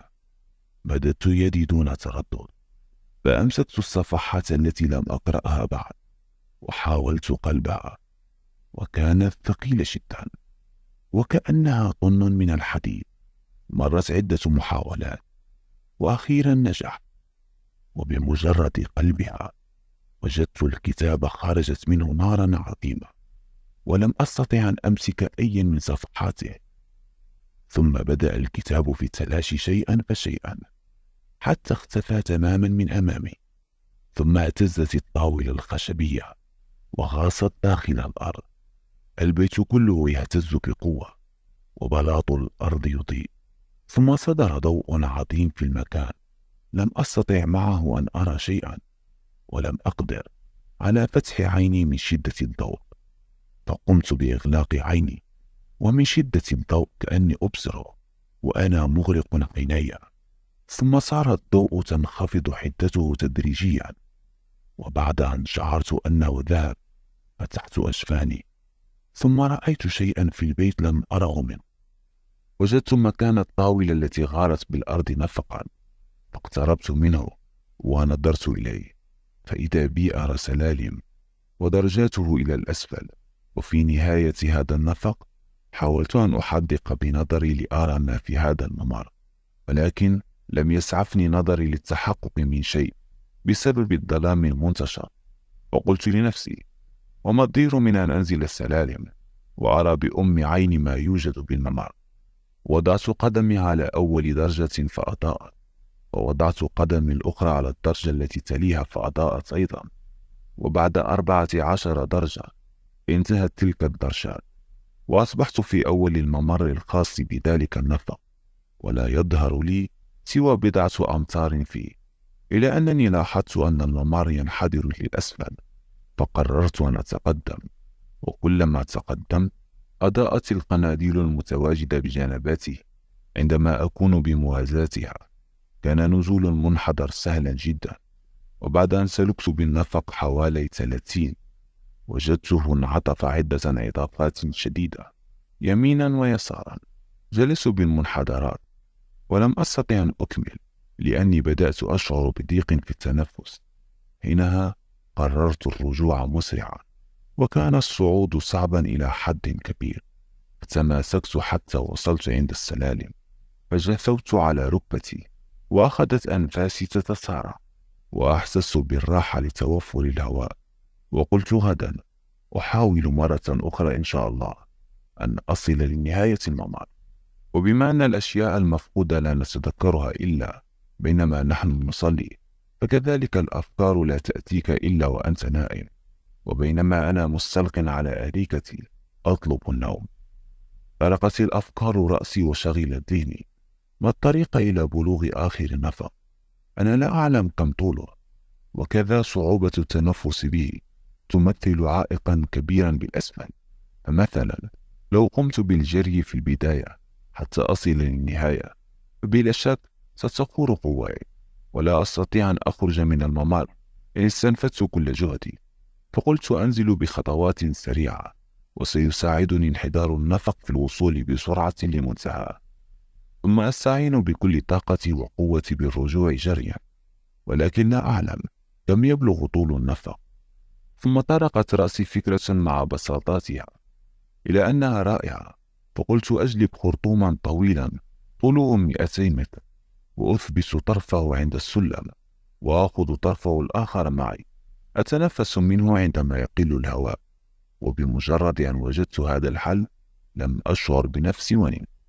وبالصباح قمت بشراء هذا الخرطوم، وتوجهت للنفق، وقمت بتثبيت بداية الخرطوم عند الدرج، ووضعت لفة الخرطوم على كتفي، وكلما نزلت أرخيت من اللفة جزءا، وعندما وصلت للمنعطفات بدأ يضيق صدري، فأمسكت طرف الخرطوم الآخر وجلست أتنفس منه، وكأن الأمر يسير على ما يرام. وبعد المنعطفات مشيت بممر مستقيم لا يوجد به أي ميول قرابة 20 مترا، ثم رأيت 3 درجات لسلم صعودا، وأمامهم باب مهيب لونه ذهبي، ولا يوجد له مقبض يفتح منه أو مكان المفتاح، ولكن في وسط الباب مكان على شكل كفة يد بأصابعها ال5 غائرة للداخل. فقلت لعل الباب يفتح عند وضع كفة يدي اليمنى في هذا المكان الغائر. وضعت يدي اليمنى، فظهرت كلمات تتلألأ منقوشة على الباب باللغة العربية، عبارة عن 4 أسطر. كانت هذه السطور ال3 الأولى وعلامة الملك، داخله صوت طفل رغم أن به أمواتا، تجده مرة في الماء ومرة في السماء. أما السطر الرابع فكان مكتوبا به: الطريق الوحيد إلى فتح هذا الباب أن تضع يدك وتحل لغزك، حينها ينفتح الباب وترى العجاب. جلست أردد الكلمات حتى حفظتها، وعندما أزلت يدي تحول لون الباب إلى الأحمر، ثم ظهرت كتابة باللون الأبيض المشيع نصها: يوجد أمامك فرصة واحدة فقط لحل اللغز ولا مجال للخطأ. ثم تحول الباب للون الذهبي مرة أخرى. وقفت أتأمل المنظر وأنا لا أزال ملتقما طرف الخرطوم بفمي أتنفس منه. ثم قررت الرجوع لأمارس حياتي الطبيعية، واعتزمت ألا أرجع إلا إذا كان لدي حل لهذا اللغز، ولا أعلم هل سيأتي يوما ما أستطيع حل اللغز فيه أم لا.